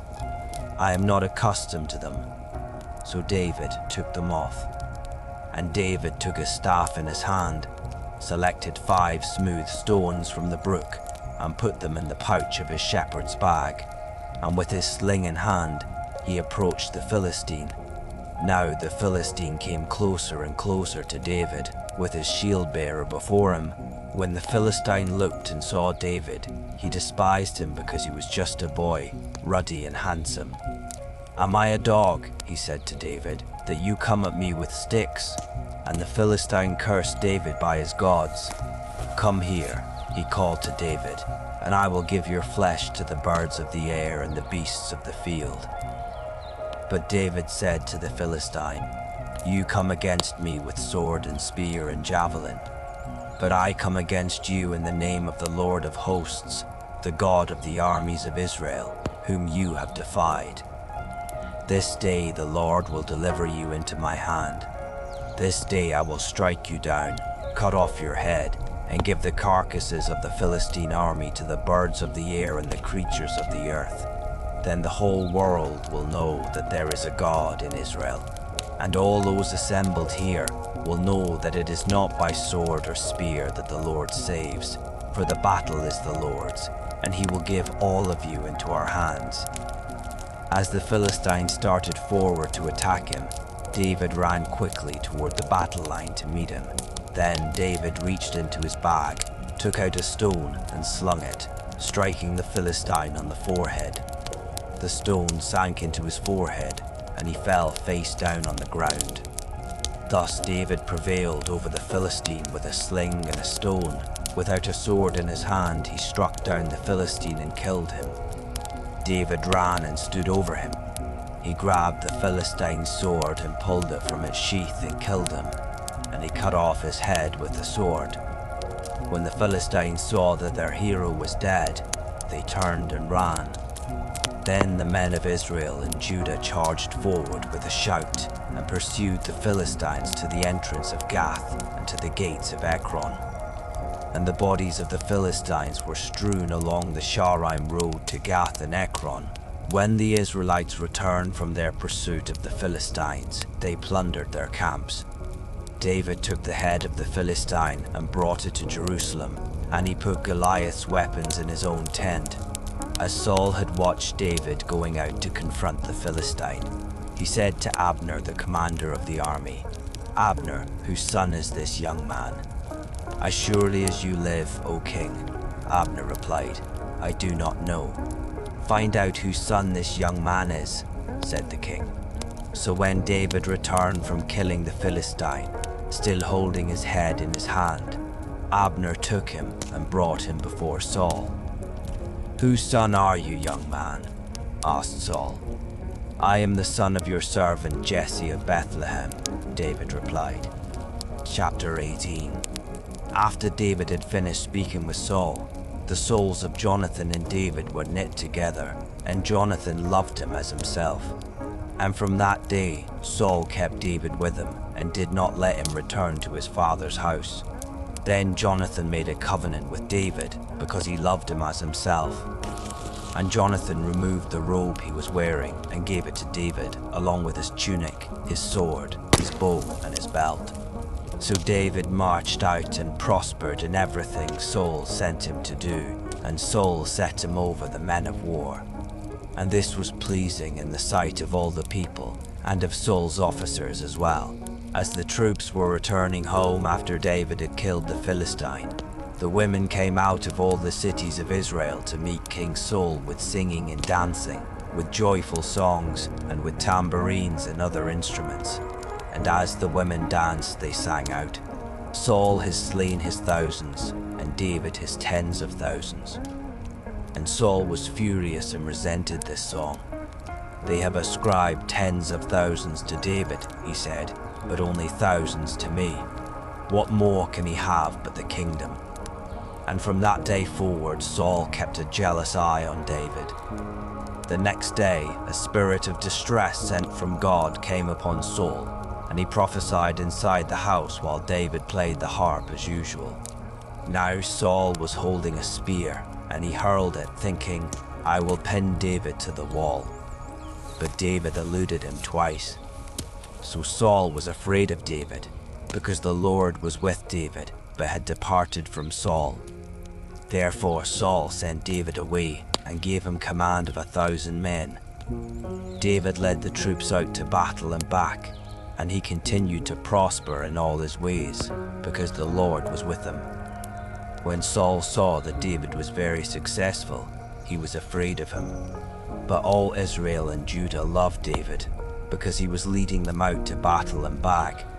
Then Saul said to David, Here is my older daughter Merab. I will give her to you in marriage. Only be valiant for me and fight the Lord's battles. But Saul was thinking, I need not raise my hand against him. Let the hand of the Philistines be against him. And David said to Saul, Who am I, and what is my family or my father's clan in Israel, that I should become the son-in-law of the king? So when it was time to give Saul's daughter Merab to David, she was given in marriage to Adriel of Nahalah. Now Saul's daughter Michal loved David, and when this was reported to Saul, it pleased him. I will give her to David, Saul thought, so that she may be a snare to him, and the hand of the Philistines may be against him.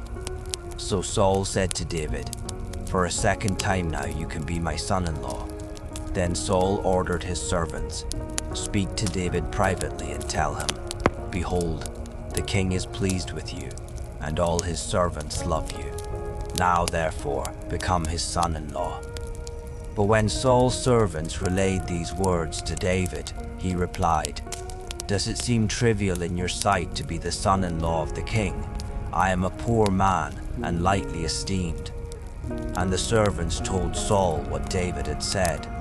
Saul replied, Say to David, The king desires no other dowry but 100 Philistine foreskins, as revenge on his enemies. But Saul intended to cause David's death at the hands of the Philistines. When the servants reported these terms to David, he was pleased to become the king's son-in-law. Before the wedding day arrived, David and his men went out and killed 200 Philistines. He brought their foreskins and presented them as payment in full to become the king's son-in-law. Then Saul gave his daughter Michal to David in marriage. When Saul realized that the Lord was with David and that his daughter Michal loved David, he grew even more afraid of David. So from then on, Saul was David's enemy. Every time the Philistine commanders came out for battle, David was more successful than all of Saul's officers, so that his name was highly esteemed. You are not alone, quiet presence surrounds you. Chapter 19.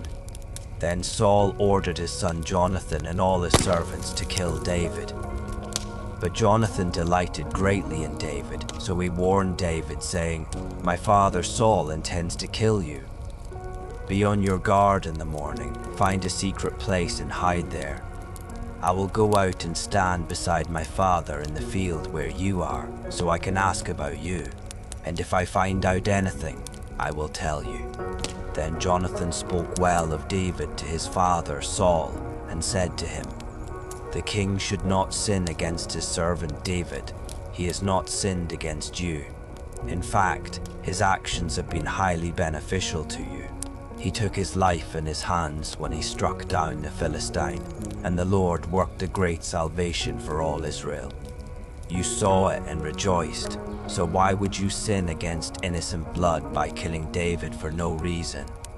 Saul listened to the voice of Jonathan and swore an oath. "As surely as the Lord lives, David will not be put to death." So Jonathan summoned David and told him all these things. Then Jonathan brought David to Saul, and David was with Saul as before. When war broke out again, David went out and fought the Philistines, and struck them with such a mighty blow that they fled before him. But as Saul was sitting in his house with his spear in his hand, a spirit of distress from the Lord came upon him. While David was playing the harp, Saul tried to pin him to the wall with his spear. But David eluded him, and the spear struck the wall. And David fled and escaped that night. Then Saul sent messengers to David's house to watch him and kill him in the morning. But David's wife Michal warned him, "If you do not run for your life tonight, tomorrow you will be dead." So Michal lowered David from the window, and he ran away and escaped. Then Michal took a household idol and laid it in the bed, placed some goat hair on its head, and covered it with a garment. When Saul sent the messengers to seize David, Michal said, "He is ill." But Saul sent the messengers back to see David and told them, "Bring him up to me in his bed so I can kill him." And when the messengers entered, there was the idol in the bed with the goat hair on its head. And Saul said to Michal, "Why did you deceive me like this? You sent my enemy away, and he has escaped." Michal replied, "He said to me, 'Help me get away, or I will kill you.'" So David ran away and escaped, and he went to Samuel at Ramah, and told him all that Saul had done to him. Then he and Samuel went to Naioth and stayed there. When Saul was told that David was at Naioth in Ramah, he sent messengers to seize him.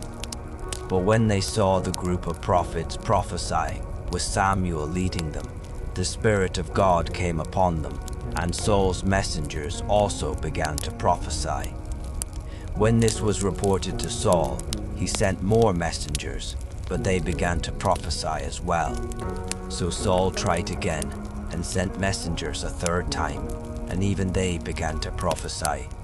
Finally, Saul himself left for Ramah and came to the large cistern at Seku, where he asked, "Where are Samuel and David?" "At Naioth in Ramah," he was told.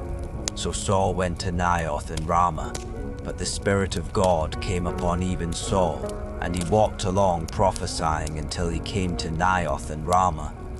Then Saul stripped off his robes and also prophesied before Samuel, and he collapsed and lay naked all that day and night. That is why it is said, "Is Saul also among the prophets?" Chapter 20. Then David fled from Naioth and Ramah. He came to Jonathan and asked, "What have I done? What is my iniquity? How have I sinned against your father that he wants to take my life?" "Far from it," Jonathan replied. "You will not die. Indeed, my father does nothing, great or small, without telling me. So why would he hide this matter from me? This cannot be true." But David again vowed, "Your father knows very well that I have found favor in your eyes, and he has said, Jonathan must not know of this, or he will be grieved. As surely as the Lord lives, and as you yourself live, there is but a step between me and death. Then Jonathan said to David, Whatever you desire, I will do for you. So David told him, Look, tomorrow is the new moon, and I am supposed to dine with the king. Instead, let me go and hide in the field until the third evening from now. If your father misses me at all, tell him. David urgently requested my permission to hurry to Bethlehem, his hometown, because there is an annual sacrifice for his whole clan. If he says, Good, then your servant is safe, but if he is enraged, you will know he has evil intentions. Therefore show kindness to your servant, for you have brought me into a covenant with you before the Lord. If there is iniquity in me, then kill me yourself. Why should you bring me to your father? Never, Jonathan replied. If I ever found out that my father had evil intentions against you, would I not tell you? Then David asked Jonathan, Who will tell me if your father answers you harshly? Come, he replied, let us go out to the field. So the two of them went out into the field, and Jonathan said, By the Lord, the God of Israel, I will sound out my father by this time tomorrow or the next day. If he is favorable toward you, will I not send for you and tell you? But if my father intends to bring evil on you, then may the Lord punish me, and ever so severely, if I do not tell you and send you on your way in safety. May the Lord be with you, just as he has been with my father. And as long as I live, treat me with the Lord's loving devotion, that I may not die, and do not ever cut off your loving devotion from my household, not even when the Lord cuts off every one of David's enemies from the face of the earth. So Jonathan made a covenant with the house of David, saying, May the Lord hold David's enemies accountable. And Jonathan had David reaffirm his vow out of love for him, for Jonathan loved David as he loved himself. Then Jonathan said to David, Tomorrow is the new moon, and you will be missed, because your seat will be empty. When you have stayed 3 days, hurry down to the place you hid on the day this trouble began, and remain beside the stone easel. I will shoot 3 arrows to the side of it, as if I were aiming at a target. Then I will send a boy and say, Go, find the arrows. Now, if I expressly say to him, Look, the arrows are on this side of you, bring them, then come, because as surely as the Lord lives, it is safe for you and there is no danger.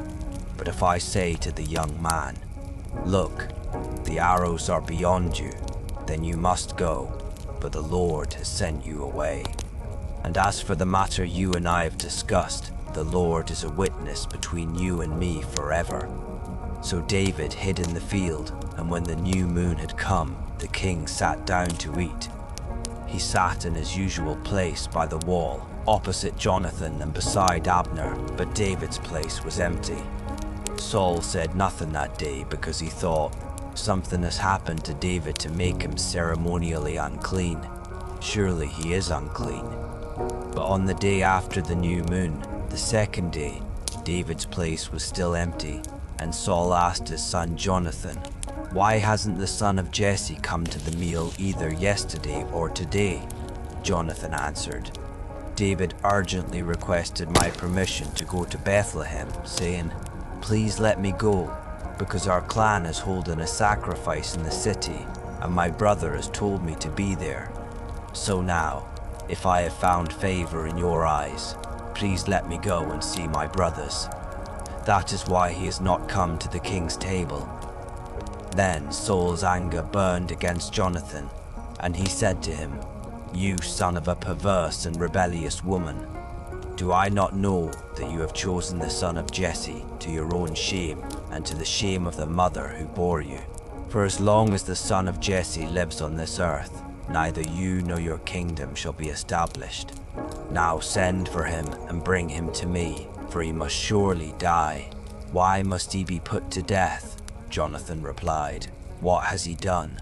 Then Saul hurled his spear at Jonathan to kill him, so Jonathan knew that his father was determined to kill David. Jonathan got up from the table in fierce anger and did not eat any food that second day of the month, for he was grieved by his father's shameful treatment of David. In the morning, Jonathan went out to the field for the appointment with David, and a small boy was with him. He said to the boy, "Run and find the arrows I shoot." And as the boy ran, Jonathan shot an arrow beyond him. When the boy reached the place where Jonathan's arrow had fallen, Jonathan called to him, "Isn't the arrow beyond you?" Then Jonathan cried out, "Hurry, make haste, do not delay." So the boy picked up the arrow and returned to his master. But the boy did not know anything. Only Jonathan and David knew the arrangement. Then Jonathan gave his equipment to the boy and said, "Go, take it back to the city." When the young man had gone, David got up from the south side of the stone, fell face down, and bowed 3 times. Then he and Jonathan kissed each other and wept together, though David wept more. And Jonathan said to David, "Go in peace, for the 2 of us have sworn in the name of the Lord, saying, 'May the Lord be a witness between you and me, and between your descendants and mine forever.'" Then David got up and departed, and Jonathan went back into the city. Chapter 21. Then David came to Nob, to Ahimelech the priest. And when Ahimelech met David, he trembled and asked him, "Why are you alone? Why is no one with you?" "The king has given me a mission," David replied. "He told me, 'No one is to know about the mission on which I am sending you.'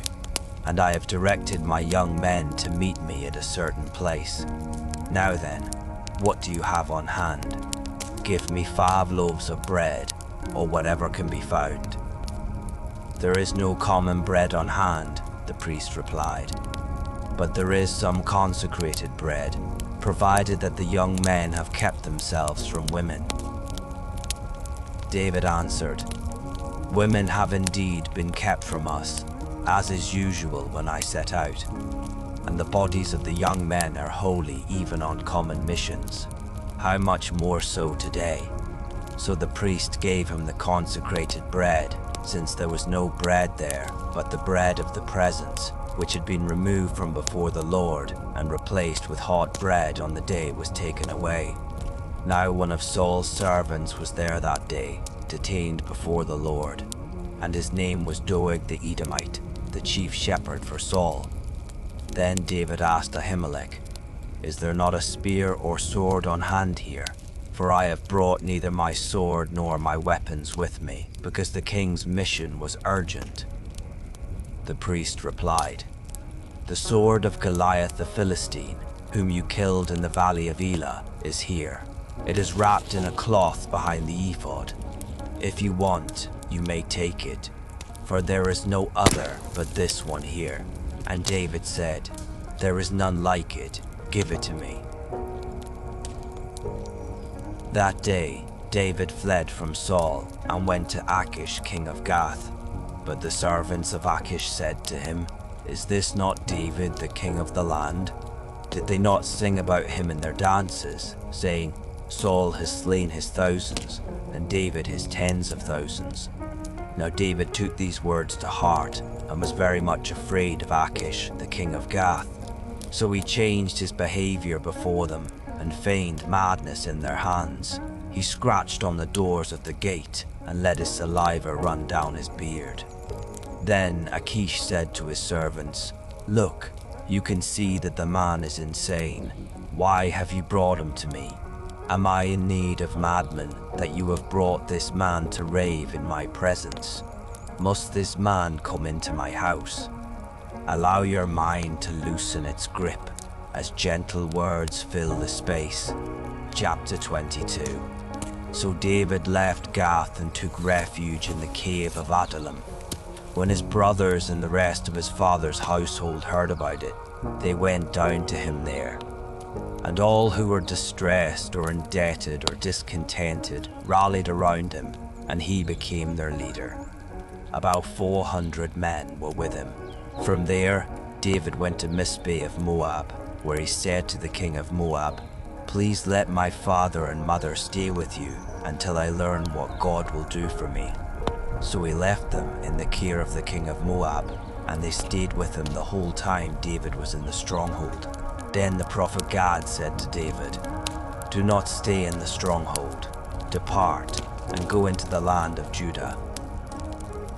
So David left and went to the forest of Hereth. Soon Saul learned that David and his men had been discovered.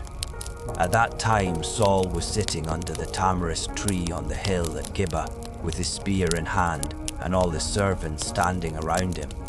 Then Saul said to his servants, "Listen, men of Benjamin, is the son of Jesse giving all of you fields and vineyards and making you commanders of thousands or hundreds? Is that why all of you have conspired against me? Not one of you told me that my own son had made a covenant with the son of Jesse. Not one of you has shown concern for me, or revealed to me that my son has stirred up my own servant to lie in wait against me, as is the case today." But Doeg the Edomite, who had stationed himself with Saul's servants, answered, "I saw the son of Jesse come to Ahimelech, son of Ahitub at Nob. Ahimelech inquired of the Lord for him and gave him provisions. He also gave him the sword of Goliath the Philistine." Then the king sent messengers to summon Ahimelech the priest, the son of Ahitub, and his father's whole family, who were priests at Nob. And all of them came to the king. "Listen now, son of Ahitub," said Saul. "Here I am, my lord," he replied. And Saul asked him, "Why have you and the son of Jesse conspired against me? You gave him bread and a sword, and inquired of God for him, so that he could rise up against me to lie in wait, as he is doing today." Ahimelech answered the king, "Who among all your servants is as faithful as David, the king's son-in-law, the captain of your bodyguard and honored in your house? Was that day the first time I inquired of God for him? Far be it from me. Let not the king accuse your servant or any of my father's household, for your servant knew nothing of this whole affair, not in part or in whole." But the king replied, "You will surely die, Ahimelech, you and all your father's house." Then the king ordered the guards at his side, "Turn and kill the priests of the Lord," because they too sided with David. For they knew he was fleeing, but they did not tell me. But the king's servants would not lift a hand to strike the priests of the Lord. So the king ordered Doeg, "You turn and strike down the priests." And Doeg the Edomite turned and struck down the priests himself. On that day he killed 85 men who wore the linen ephod. He also put to the sword Nob, the city of the priests, with its men and women, children and infants, oxen, donkeys and sheep. But one of the sons of Ahimelech, son of Ahitub, escaped. His name was Abiathar, and he fled to David. And Abiathar told David that Saul had killed the priests of the Lord. Then David said to Abiathar, "I knew that Doeg the Edomite was there that day, and that he was sure to tell Saul. I myself am responsible for the lives of everyone in your father's house. Stay with me, do not be afraid, for he who seeks your life is seeking mine as well. You will be safe with me." Chapter 23. Now it was reported to David, "Look, the Philistines are fighting against Keilah and looting the threshing floors." So David inquired of the Lord, "Should I go and attack these Philistines?" And the Lord said to David, "Go and attack the Philistines and save Keilah." But David's men said to him, "Look, we are afraid here in Judah. How much more if we go to Keilah against the armies of the Philistines?" Once again, David inquired of the Lord, and the Lord answered him, "Go at once to Keilah, for I will deliver the Philistines into your hand." Then David and his men went to Keilah, fought against the Philistines, and carried off their livestock. So David saved the people of Keilah. Now Abiathar son of Ahimelech had brought the ephod with him when he fled to David at Keilah. When Saul was told that David had gone to Keilah, he said, "God has delivered him into my hand, for he has trapped himself by entering a town with gates and bars." Then Saul summoned all his troops to go to war at Keilah and besiege David and his men. When David learned that Saul was plotting evil against him, he said to Abiathar the priest, "Bring the ephod." And David said, "O Lord, God of Israel, your servant has heard that Saul intends to come to Keilah and destroy the city on my account. Will the citizens of Keilah surrender me into his hand? Will Saul come down, as your servant has heard? O Lord, God of Israel, please tell your servant." "He will," said the Lord. So David asked, "Will the citizens of Keilah surrender me and my men into the hand of Saul?" "They will," said the Lord. Then David and his men, about 600 strong, set out and departed from Keilah, moving from place to place. When Saul was told that David had escaped from Keilah, he declined to go forth, and David stayed in the wilderness strongholds and in the hill country of the wilderness of Ziph. Day after day Saul searched for him, but God would not deliver David into his hand. While David was in Horesh in the wilderness of Ziph, he saw that Saul had come out to take his life. And Saul's son Jonathan came to David in Horesh and strengthened his hand in God, saying, "Do not be afraid, for my father Saul will never lay a hand on you, and you will be king over Israel, and I will be your second in command. Even my father Saul knows this is true." So the two of them made a covenant before the Lord, and David remained in Horesh, while Jonathan went home. Then the Ziphites came up to Saul at Gibea and said, "Is not David hiding among us in the strongholds at Horesh, on the hill of Hachilah, south of Jeshimon? Now, O king, come down whenever your soul desires, and we will be responsible for delivering him into your hand." "May you be blessed by the Lord," replied Saul, "for you have had compassion on me. Please go and prepare further. Investigate and watch carefully where he goes and who has seen him there, for I am told that he is extremely cunning. Observe and find out all the places where he hides. Then come back to me with certainty, and I will go with you. If he is in the land, I will search him out among all the clans of Judah." So they set out and went to Ziph ahead of Saul.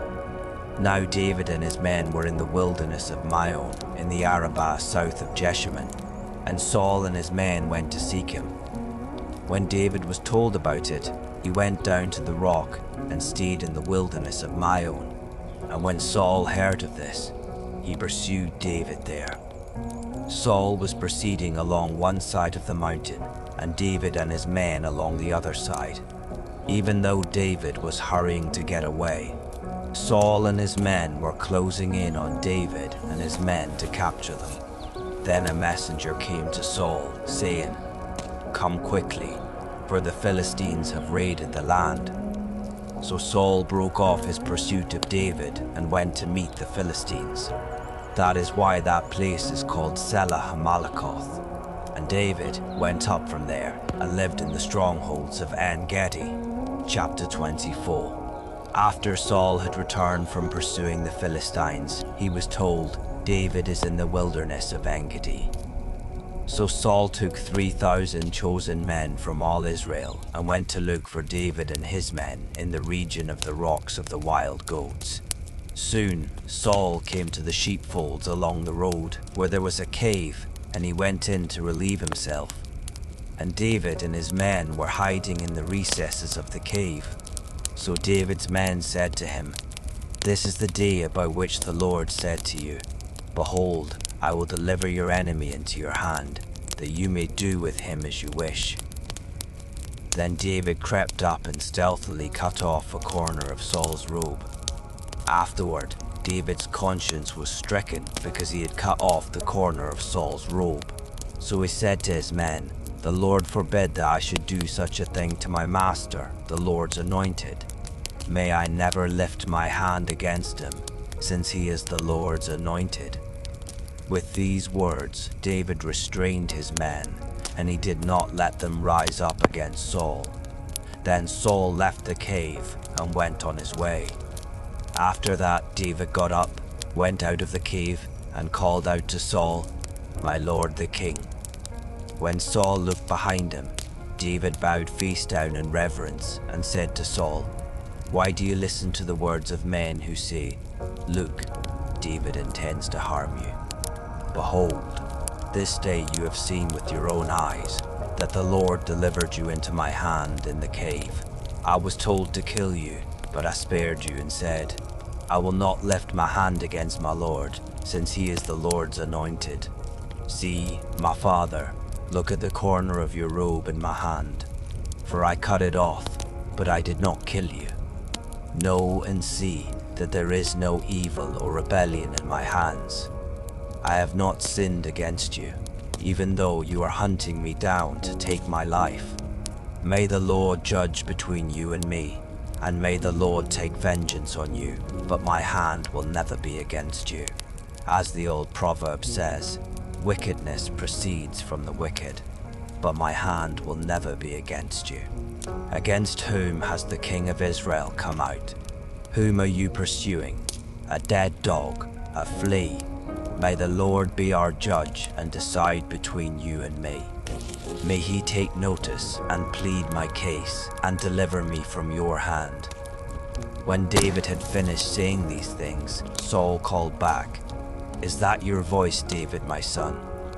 Then Saul wept aloud and said to David, "You are more righteous than I, for you have rewarded me with good, though I have rewarded you with evil. And you have declared this day how you have treated me well. For when the Lord delivered me into your hand, you did not kill me. When a man finds his enemy, does he let him go away unharmed? May the Lord reward you with good for what you have done for me this day. Now I know for sure that you will be king, and that the kingdom of Israel will be established in your hands.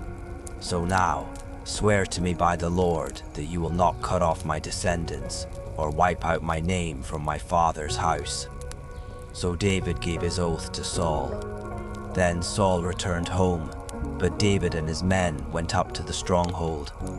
Here, you can surrender your concerns for a while and just be. Chapter 25. When Samuel died, all Israel gathered to mourn for him, and they buried him at his home in Ramah. Then David set out and went down to the wilderness of Paran. Now there was a man in Maon whose business was in Carmel. He was a very wealthy man with 1,000 goats and 3,000 sheep, which he was shearing in Carmel. His name was Nabal, and his wife's name was Abigail. She was an intelligent and beautiful woman, but her husband, a Calebite, was harsh and evil in his dealings. While David was in the wilderness, he heard that Nabal was shearing sheep. So David sent 10 young men and instructed them, "Go up to Nabal at Carmel. Greet him in my name and say to him, 'Long life to you, and peace to you, and to your house, and to all that belongs to you. Now I hear that it is time for shearing. When your shepherds were with us, we did not harass them, and nothing of theirs was missing the whole time they were in Carmel. Ask your young men, and they will tell you. So let my young men find favor with you, for we have come on the day of a feast. Please give whatever you can spare to your servants and to your son David." When David's young men arrived, they relayed all these words to Nabal on behalf of David. Then they waited. But Nabal asked them, "Who is David? Who is this son of Jesse? Many servants these days are breaking away from their masters. Why should I take my bread and water and the meat I have slaughtered for my shearers and give them to these men whose origin I do not know?" So David's men turned around and went back, and they relayed to him all these words. And David said to his men, "Strap on your swords." So David and all his men strapped on their swords, and about 400 men followed David, while 200 stayed with the supplies. Meanwhile, one of Nabal's young men informed Nabal's wife Abigail Look, David sent messengers from the wilderness to greet our master, but he screamed at them. Yet these men were very good to us. When we were in the field, we were not harassed, and nothing of ours went missing the whole time we lived among them. They were a wall around us, both day and night, the whole time we were herding our sheep near them. Now consider carefully what you must do, because disaster looms over our master and all his household, for he is such a scoundrel that nobody can speak to him." Then Abigail hurried and took 200 loaves of bread, 2 skins of wine, 5 butchered sheep, 5 seahs of roasted grain, 100 clusters of raisins, and 200 cakes of figs. She loaded them on donkeys and said to her young men, "Go ahead of me, I will be right behind you." But she did not tell her husband Nabal. As Abigail came riding her donkey into a mountain ravine, she saw David and his men coming down toward her, and she met them. Now David had just said, "In vain I have protected all that belonged to this man in the wilderness. Nothing that belongs to him has gone missing, yet he has paid me back evil for good. May God punish David, and ever so severely, if I let one male belonging to Nabal survive until morning." When Abigail saw David, she quickly got off the donkey, fell face down, and bowed before him. She fell at his feet and said, "My lord, may the blame be on me alone, but please let your servant speak to you. Hear the words of your servant. My lord should pay no attention to this scoundrel Nabal, for he lives up to his name. His name means fool, and folly accompanies him. I, your servant, did not see my lord's young men whom you sent. Now, my lord, as surely as the Lord lives, and you yourself live, since the Lord has held you back from bloodshed and from avenging yourself with your own hand, may your enemies and those who seek harm for my lord be like Nabal. Now let this gift your servant has brought to my lord be given to the young men who follow you. Please forgive your servant's offense, for the Lord will surely make a lasting dynasty for my lord, because he fights the Lord's battles. May no evil be found in you as long as you live. And should someone pursue you and seek your life, then the life of my lord will be bound securely by the Lord your God in the bundle of the living. But he shall fling away the lives of your enemies like stones from a sling. When the Lord has done for my lord all the good he promised, and when he has appointed you ruler over Israel, then my lord will have no remorse or guilt of conscience over needless bloodshed and revenge. And when the Lord has dealt well with my lord, may you remember your servant." Then David said to Abigail, "Blessed be the Lord, the God of Israel, who sent you to meet me this day. Blessed is your discernment, and blessed are you, because today you kept me from bloodshed and from avenging myself by my own hand. Otherwise, as surely as the Lord, the God of Israel, lives, who has restrained me from harming you, if you had not come quickly to meet me, then surely no male belonging to Nabal would have been left alive by morning light." Then David accepted from her hand what she had brought him, and he said to her, "Go home in peace. See, I have heeded your voice and granted your request." When Abigail returned to Nabal, there he was in the house, holding a feast fit for a king, in high spirits and very drunk. So she told him nothing until morning light. In the morning, when Nabal was sober, his wife told him about these events, and his heart failed within him, and he became like a stone. About 10 days later, the Lord struck Nabal dead. On hearing that Nabal was dead, David said, "Blessed be the Lord, who has upheld my cause against the reproach of Nabal, and has restrained his servant from evil. For the Lord has brought the wickedness of Nabal down upon his own head." Then David sent word to Abigail, asking her to become his wife. When his servants came to Abigail at Carmel, they said, "David has sent us to take you as his wife." She arose, bowed face down, and said, "Here is your servant, ready to serve and to wash the feet of my Lord's servants." So Abigail hurried and got on a donkey, and attended by 5 of her maidens, she followed David's messengers and became his wife. David had also married Ahinoam of Jezreel, so she and Abigail were both his wives. But Saul had given his daughter Michal, David's wife, to Palti son of Laish, who was from Galim. Chapter 26. Then the Ziphites came to Saul at Gibeah and said, "Is not David hiding on the hill of Hachilah, opposite Jeshimon?" So Saul, accompanied by 3,000 chosen men of Israel, went down to the wilderness of Ziph to search for David there. Saul camped beside the road at the hill of Hachilah, opposite Jeshimon, but David was living in the wilderness.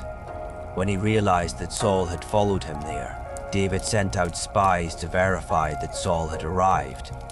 Then David set out and went to the place where Saul had camped. He saw the place where Saul and Abner, son of Ner, the general of his army, had lain down. Saul was lying inside the inner circle of the camp, with the troops camped around him. And David asked Ahimelech the Hittite and Abishai son of Zeruiah, Joab's brother, "Who will go down with me to Saul in the camp?" "I will go with you," answered Abishai. That night David and Abishai came to the troops, and Saul was lying there asleep in the inner circle of the camp, with a spear stuck in the ground by his head, and Abner and the troops were lying around him.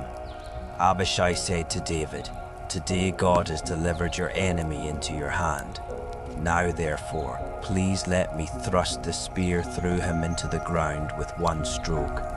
I will not need to strike him twice."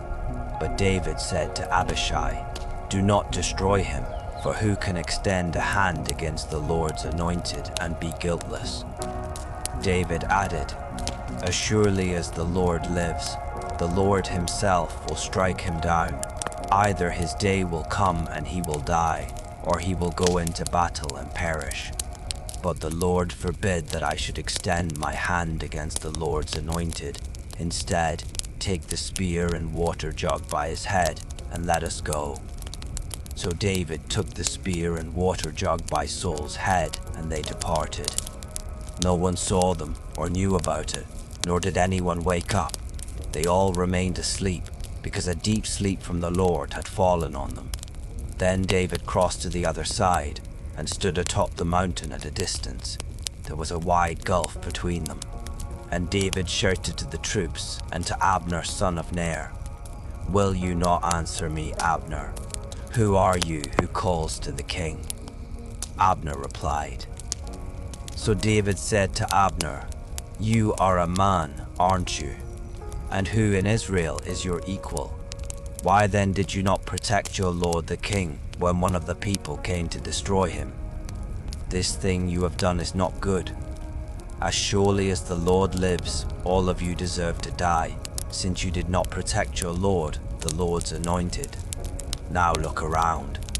Where are the king's spear and water jug that were by his head?" Then Saul recognized David's voice and asked, "Is that your voice, David, my son?" "It is my voice, my lord and king," David said. And he continued, "Why is my lord pursuing his servant? What have I done? What evil is in my hand? Now please, may my lord the king hear the words of his servant. If the Lord has stirred you up against me, then may he accept an offering.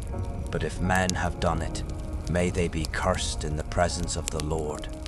For today they have driven me away from sharing in the inheritance of the Lord, saying, 'Go, serve other gods.' So do not let my blood fall to the ground far from the presence of the Lord. For the king of Israel has come out to look for a flea, like one who hunts a partridge in the mountains." Then Saul replied, "I have sinned. Come back, David my son. I will never harm you again, because today you considered my life precious. I have played the fool and have committed a grave error. "Here is the king's spear," David answered. "Let one of the young men come over and get it. May the Lord repay every man for his righteousness and faithfulness. For the Lord delivered you into my hand today, but I would not extend my hand against the Lord's anointed. As surely as I valued your life today, so may the Lord value my life and rescue me from all trouble." Saul said to him, "May you be blessed, David, my son. You will accomplish great things and will surely prevail." So David went on his way, and Saul returned home. Chapter 27. David, however, said to himself, "One of these days now I will be swept away by the hand of Saul. There is nothing better for me than to escape to the land of the Philistines. Then Saul will stop searching for me all over Israel, and I will slip out of his hand." So David set out with his 600 men and went to Achish son of Maoch, the king of Gath. David and his men settled in Gath with Achish. Each man had his family with him, and David had his 2 wives, Ahinoam of Jezreel and Abigail of Carmel, the widow of Nabal. And when Saul learned that David had fled to Gath, he no longer searched for him. Then David said to Achish, "If I have found favor in your eyes, let me be assigned a place in one of the outlying towns so I can live there. For why should your servant live in the royal city with you?" That day, Achish gave him Ziklag, and to this day it still belongs to the kings of Judah. And the time that David lived in Philistine territory amounted to 1 year and 4 months. Now David and his men went up and raided the Geshurites, the Girzites, and the Amalekites. From ancient times, these people had inhabited the land extending to Shur in Egypt. Whenever David attacked a territory, he did not leave a man or woman alive, but he took the flocks and herds, the donkeys, camels, and clothing. Then he would return to Achish, who would ask him, "What have you raided today?" And David would reply, "The Negev of Judah, or the Negev of Jerahmeel, or the Negev of the Kenites." David did not leave a man or woman alive to be brought to Gath, for he said, "Otherwise they will report us, saying, 'This is what David did.'" And this was David's custom the whole time he lived in Philistine territory. So Achish trusted David, thinking, "Since he has made himself an utter stench to his people Israel, he will be my servant forever." If these moments ease your heart, you're welcome to gently share your presence or softly return again. Chapter 28. Now in those days the Philistines gathered their forces for warfare against Israel. So Achish said to David, "You must understand that you and your men are to go out to battle with me." David replied, "Then you will come to know what your servant can do." "Very well," said Achish. "I will make you my bodyguard for life." Now by this time Samuel had died, and all Israel had mourned for him and buried him in Ramah, his own city. And Saul had removed the mediums and spiritists from the land. The Philistines gathered together and camped at Shunem, while Saul gathered all Israel and camped at Gilboa. When Saul saw the Philistine army, he was afraid and trembled violently. He inquired of the Lord, but the Lord did not answer him by dreams or Urim or prophets. Then Saul said to his servants, "Find me a woman who is a medium, so I can go and consult her." "There is a medium at Endor," his servants replied. So Saul disguised himself by putting on different clothes, and he set out with 2 of his men. They came to the woman at night, and Saul said, "Consult the spirit for me. Bring up for me the one I name." But the woman replied, "Surely you know what Saul has done, how he has killed the mediums and spiritists in the land. Why have you set a trap to get me killed?" Then Saul swore to her by the Lord, "As surely as the Lord lives, no punishment shall come upon you for this." "Whom shall I bring up for you?" the woman asked. "Bring up Samuel," he replied. But when the woman saw Samuel, she cried out in a loud voice and said to Saul, Why have you deceived me? You are Saul." "Do not be afraid," the king replied. "What do you see?" "I see a god coming up out of the earth," the woman answered. "What does he look like?" asked Saul. "An old man is coming up," she replied, "and he is wearing a robe." So Saul knew that it was Samuel, and he bowed face down in reverence. Then Samuel said to Saul, "Why have you disturbed me by bringing me up?" "I am deeply distressed," replied Saul. "The Philistines are fighting against me, and God has turned away from me. He no longer answers me, either by prophets or by dreams. So I have called on you to tell me what to do." "Why do you consult me?" asked Samuel, "since the Lord has turned away from you and become your enemy? He has done exactly what he spoke through me. The Lord has torn the kingdom out of your hand and given it to your neighbor David. Because you did not obey the Lord or carry out his burning anger against Amalek, the Lord has done this to you today. Moreover, the Lord will deliver Israel with you into the hand of the Philistines, and tomorrow you and your sons will be with me. And the Lord will deliver the army of Israel into the hand of the Philistines." Immediately, Saul fell flat on the ground, terrified by the words of Samuel, and his strength was gone because he had not eaten anything all that day and night. When the woman came to Saul and saw how distraught he was, she said to him, "Look, your maidservant has obeyed your voice. I took my life in my hands and did as you told me. Now please listen to your servant and let me set a morsel of bread before you, so you may eat and have the strength to go on your way." Saul refused, saying, "I will not eat." But his servants joined the woman in urging him, and he heeded their voice. He got up from the ground and sat on the bed. The woman had a fattened calf at her house, and she quickly slaughtered it. She also took flour, kneaded it, and baked unleavened bread. She served it to Saul and his servants, and they ate. And that night they got up and left. Chapter 29. Now the Philistines brought all their forces together at Aphek, while Israel camped by the spring in Jezreel. As the Philistine leaders marched out with their units of hundreds and thousands, David and his men marched behind them with Achish. Then the commanders of the Philistines asked, "What about these Hebrews?" Achish replied, "Is this not David, the servant of King Saul of Israel? He has been with me all these days, even years, and from the day he defected until today, I have found no fault in him." But the commanders of the Philistines were angry with Achish and told him, "Send that man back and let him return to the place you assigned him.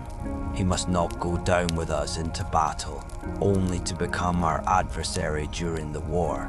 What better way for him to regain the favor of his master than with the heads of our men? Is this not the David about whom they sing in their dances? Saul has slain his thousands, and David his tens of thousands." So Achish summoned David and told him, "As surely as the Lord lives, you have been upright, and it seems right in my sight that you should march in and out with me in the army, because I have found no fault in you from the day you came to me until this day. But you are not good in the sight of the leaders. Therefore turn back now and go in peace, so that you will not do anything to displease the leaders of the Philistines." "But what have I done?" David replied. "What have you found against your servant, from the day I came to you until today, to keep me from going along to fight against the enemies of my lord the king?"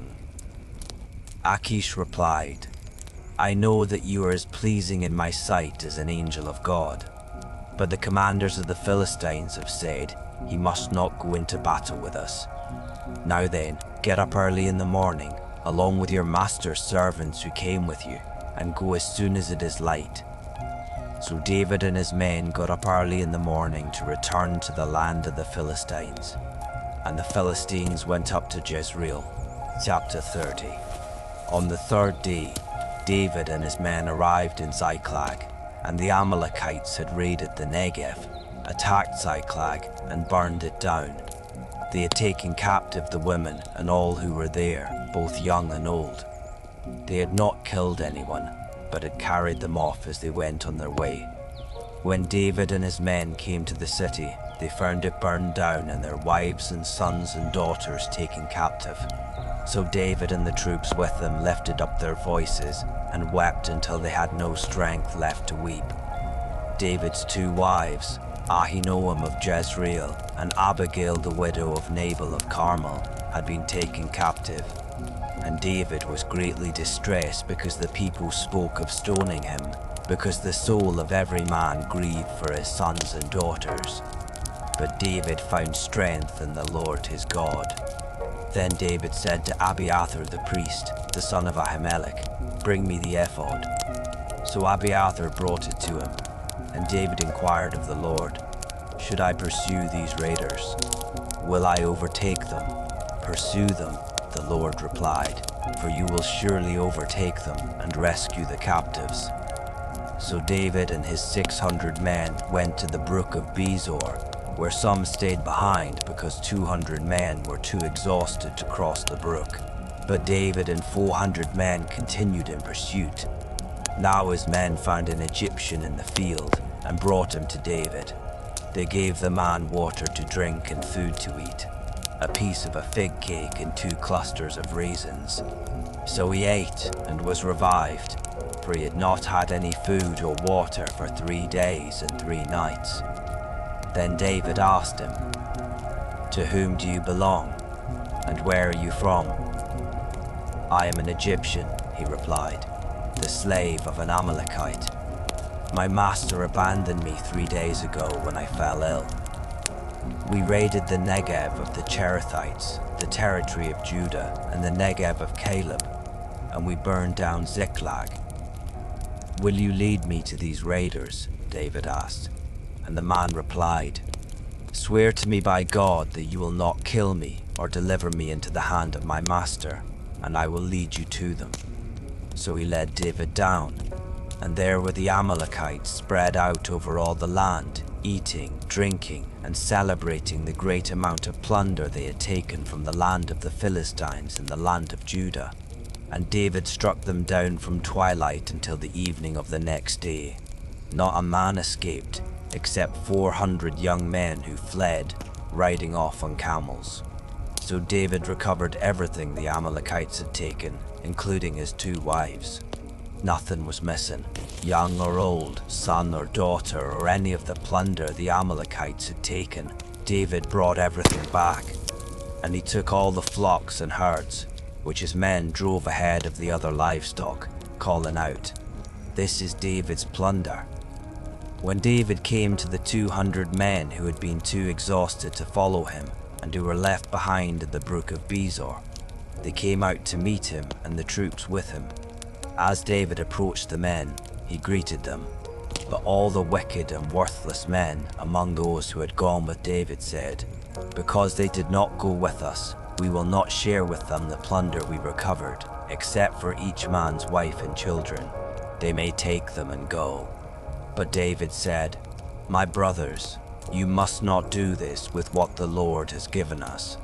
He has protected us and delivered into our hands the raiders who came against us. Who will listen to your proposal? The share of the one who went to battle will match the share of the one who stayed with the supplies. They will share alike." And so it has been from that day forward. David established this statute and ordinance for Israel to this very day. When David arrived in Ziklag, he sent some of the plunder to his friends, the elders of Judah, saying, "Here is a gift for you from the plunder of the Lord's enemies." He sent gifts to those in Bethel, Ramoth Negev, and Jatir, to those in Aroer, Sifmoth, and Eshtemoa, to those in Rakel and in the cities of the Jerahmeelites and Kenites, to those in Hormah, Borashan, and Athak, and to those in Hebron, and in all the places where David and his men had roamed. You are being held in stillness, where calm is always near. Chapter 31. Now the Philistines fought against Israel, and the men of Israel fled before them, and many fell slain on Mount Gilboa. The Philistines hotly pursued Saul and his sons, and they killed Saul's sons Jonathan, Abinadab, and Malchishua. When the battle intensified against Saul, the archers overtook him and wounded him critically. Then Saul said to his armor-bearer, "Draw your sword and run me through with it, or these uncircumcised men will come and run me through and torture me." But his armor-bearer was terrified and refused to do it. So Saul took his own sword and fell on it. When his armor-bearer saw that Saul was dead, he too fell on his own sword and died with him. So Saul, his 3 sons, his armor-bearer, and all his men died together that same day. When the Israelites along the valley and those on the other side of the Jordan saw that the army of Israel had fled and that Saul and his sons had died, they abandoned their cities and ran away. So the Philistines came and occupied their cities. The next day, when the Philistines came to strip the dead, they found Saul and his 3 sons fallen on Mount Gilboa.